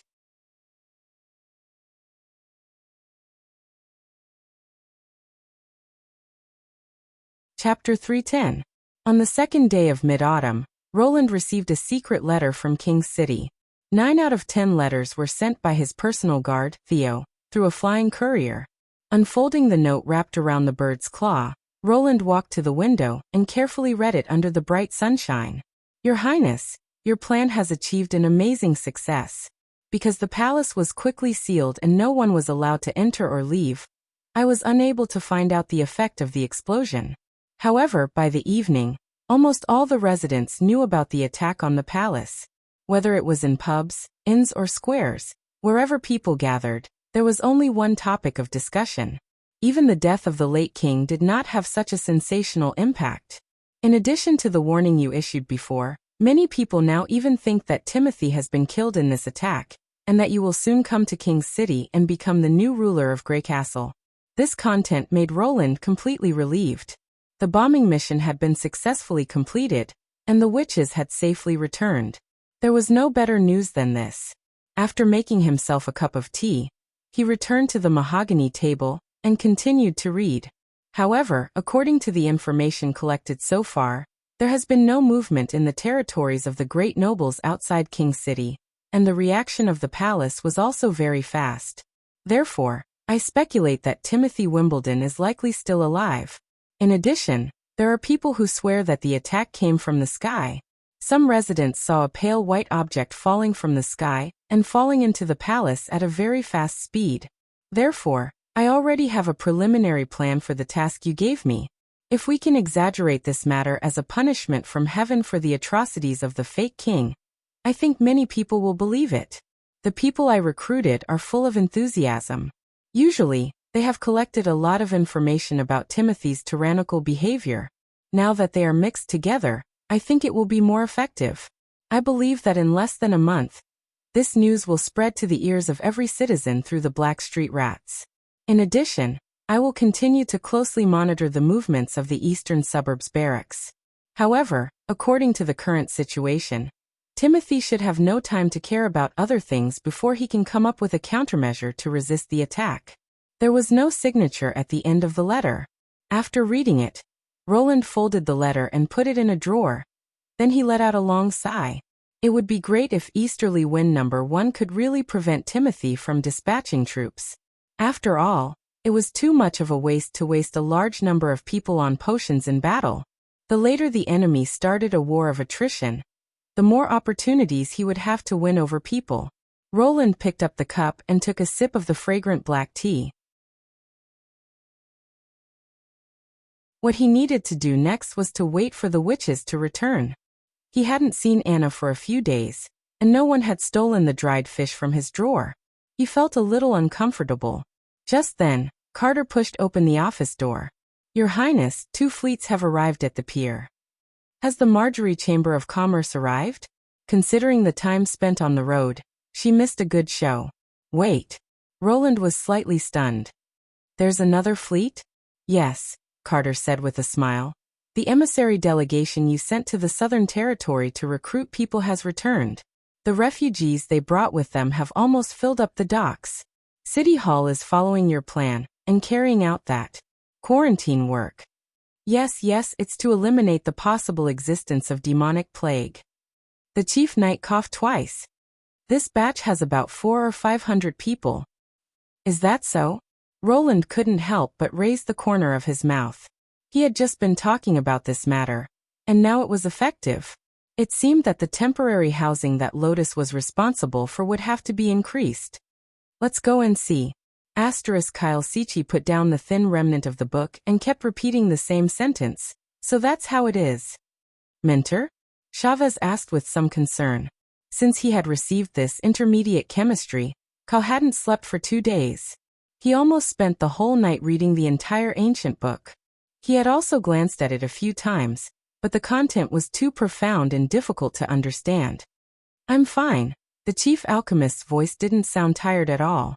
Instead, he was full of energy. Although the corners of his eyes had dirt, his eyes were bright and full of expression. He didn't look like someone who had stayed up all night. When a mentor was studying alchemy, he couldn't easily disturb him. This was a rule that a disciple should abide by. Until now, Chavez dared to open his mouth and ask, "This book? I don't understand. What is an atom, and what is an electron?" "You are already a qualified alchemist, so you don't need to call yourself a disciple. According to His Highness, we are now colleagues." Kyle paused. "As for your question, I don't know how to answer it. In fact, when His Highness Roland gave me the intermediate chemistry, he also included this book." Chavez looked at the other book on the table. On the cover was written the words "Theoretical Basis of Natural Science." "Sichi." "Sir." He was not used to this title. "It seems to have nothing to do with alchemy, no chemistry."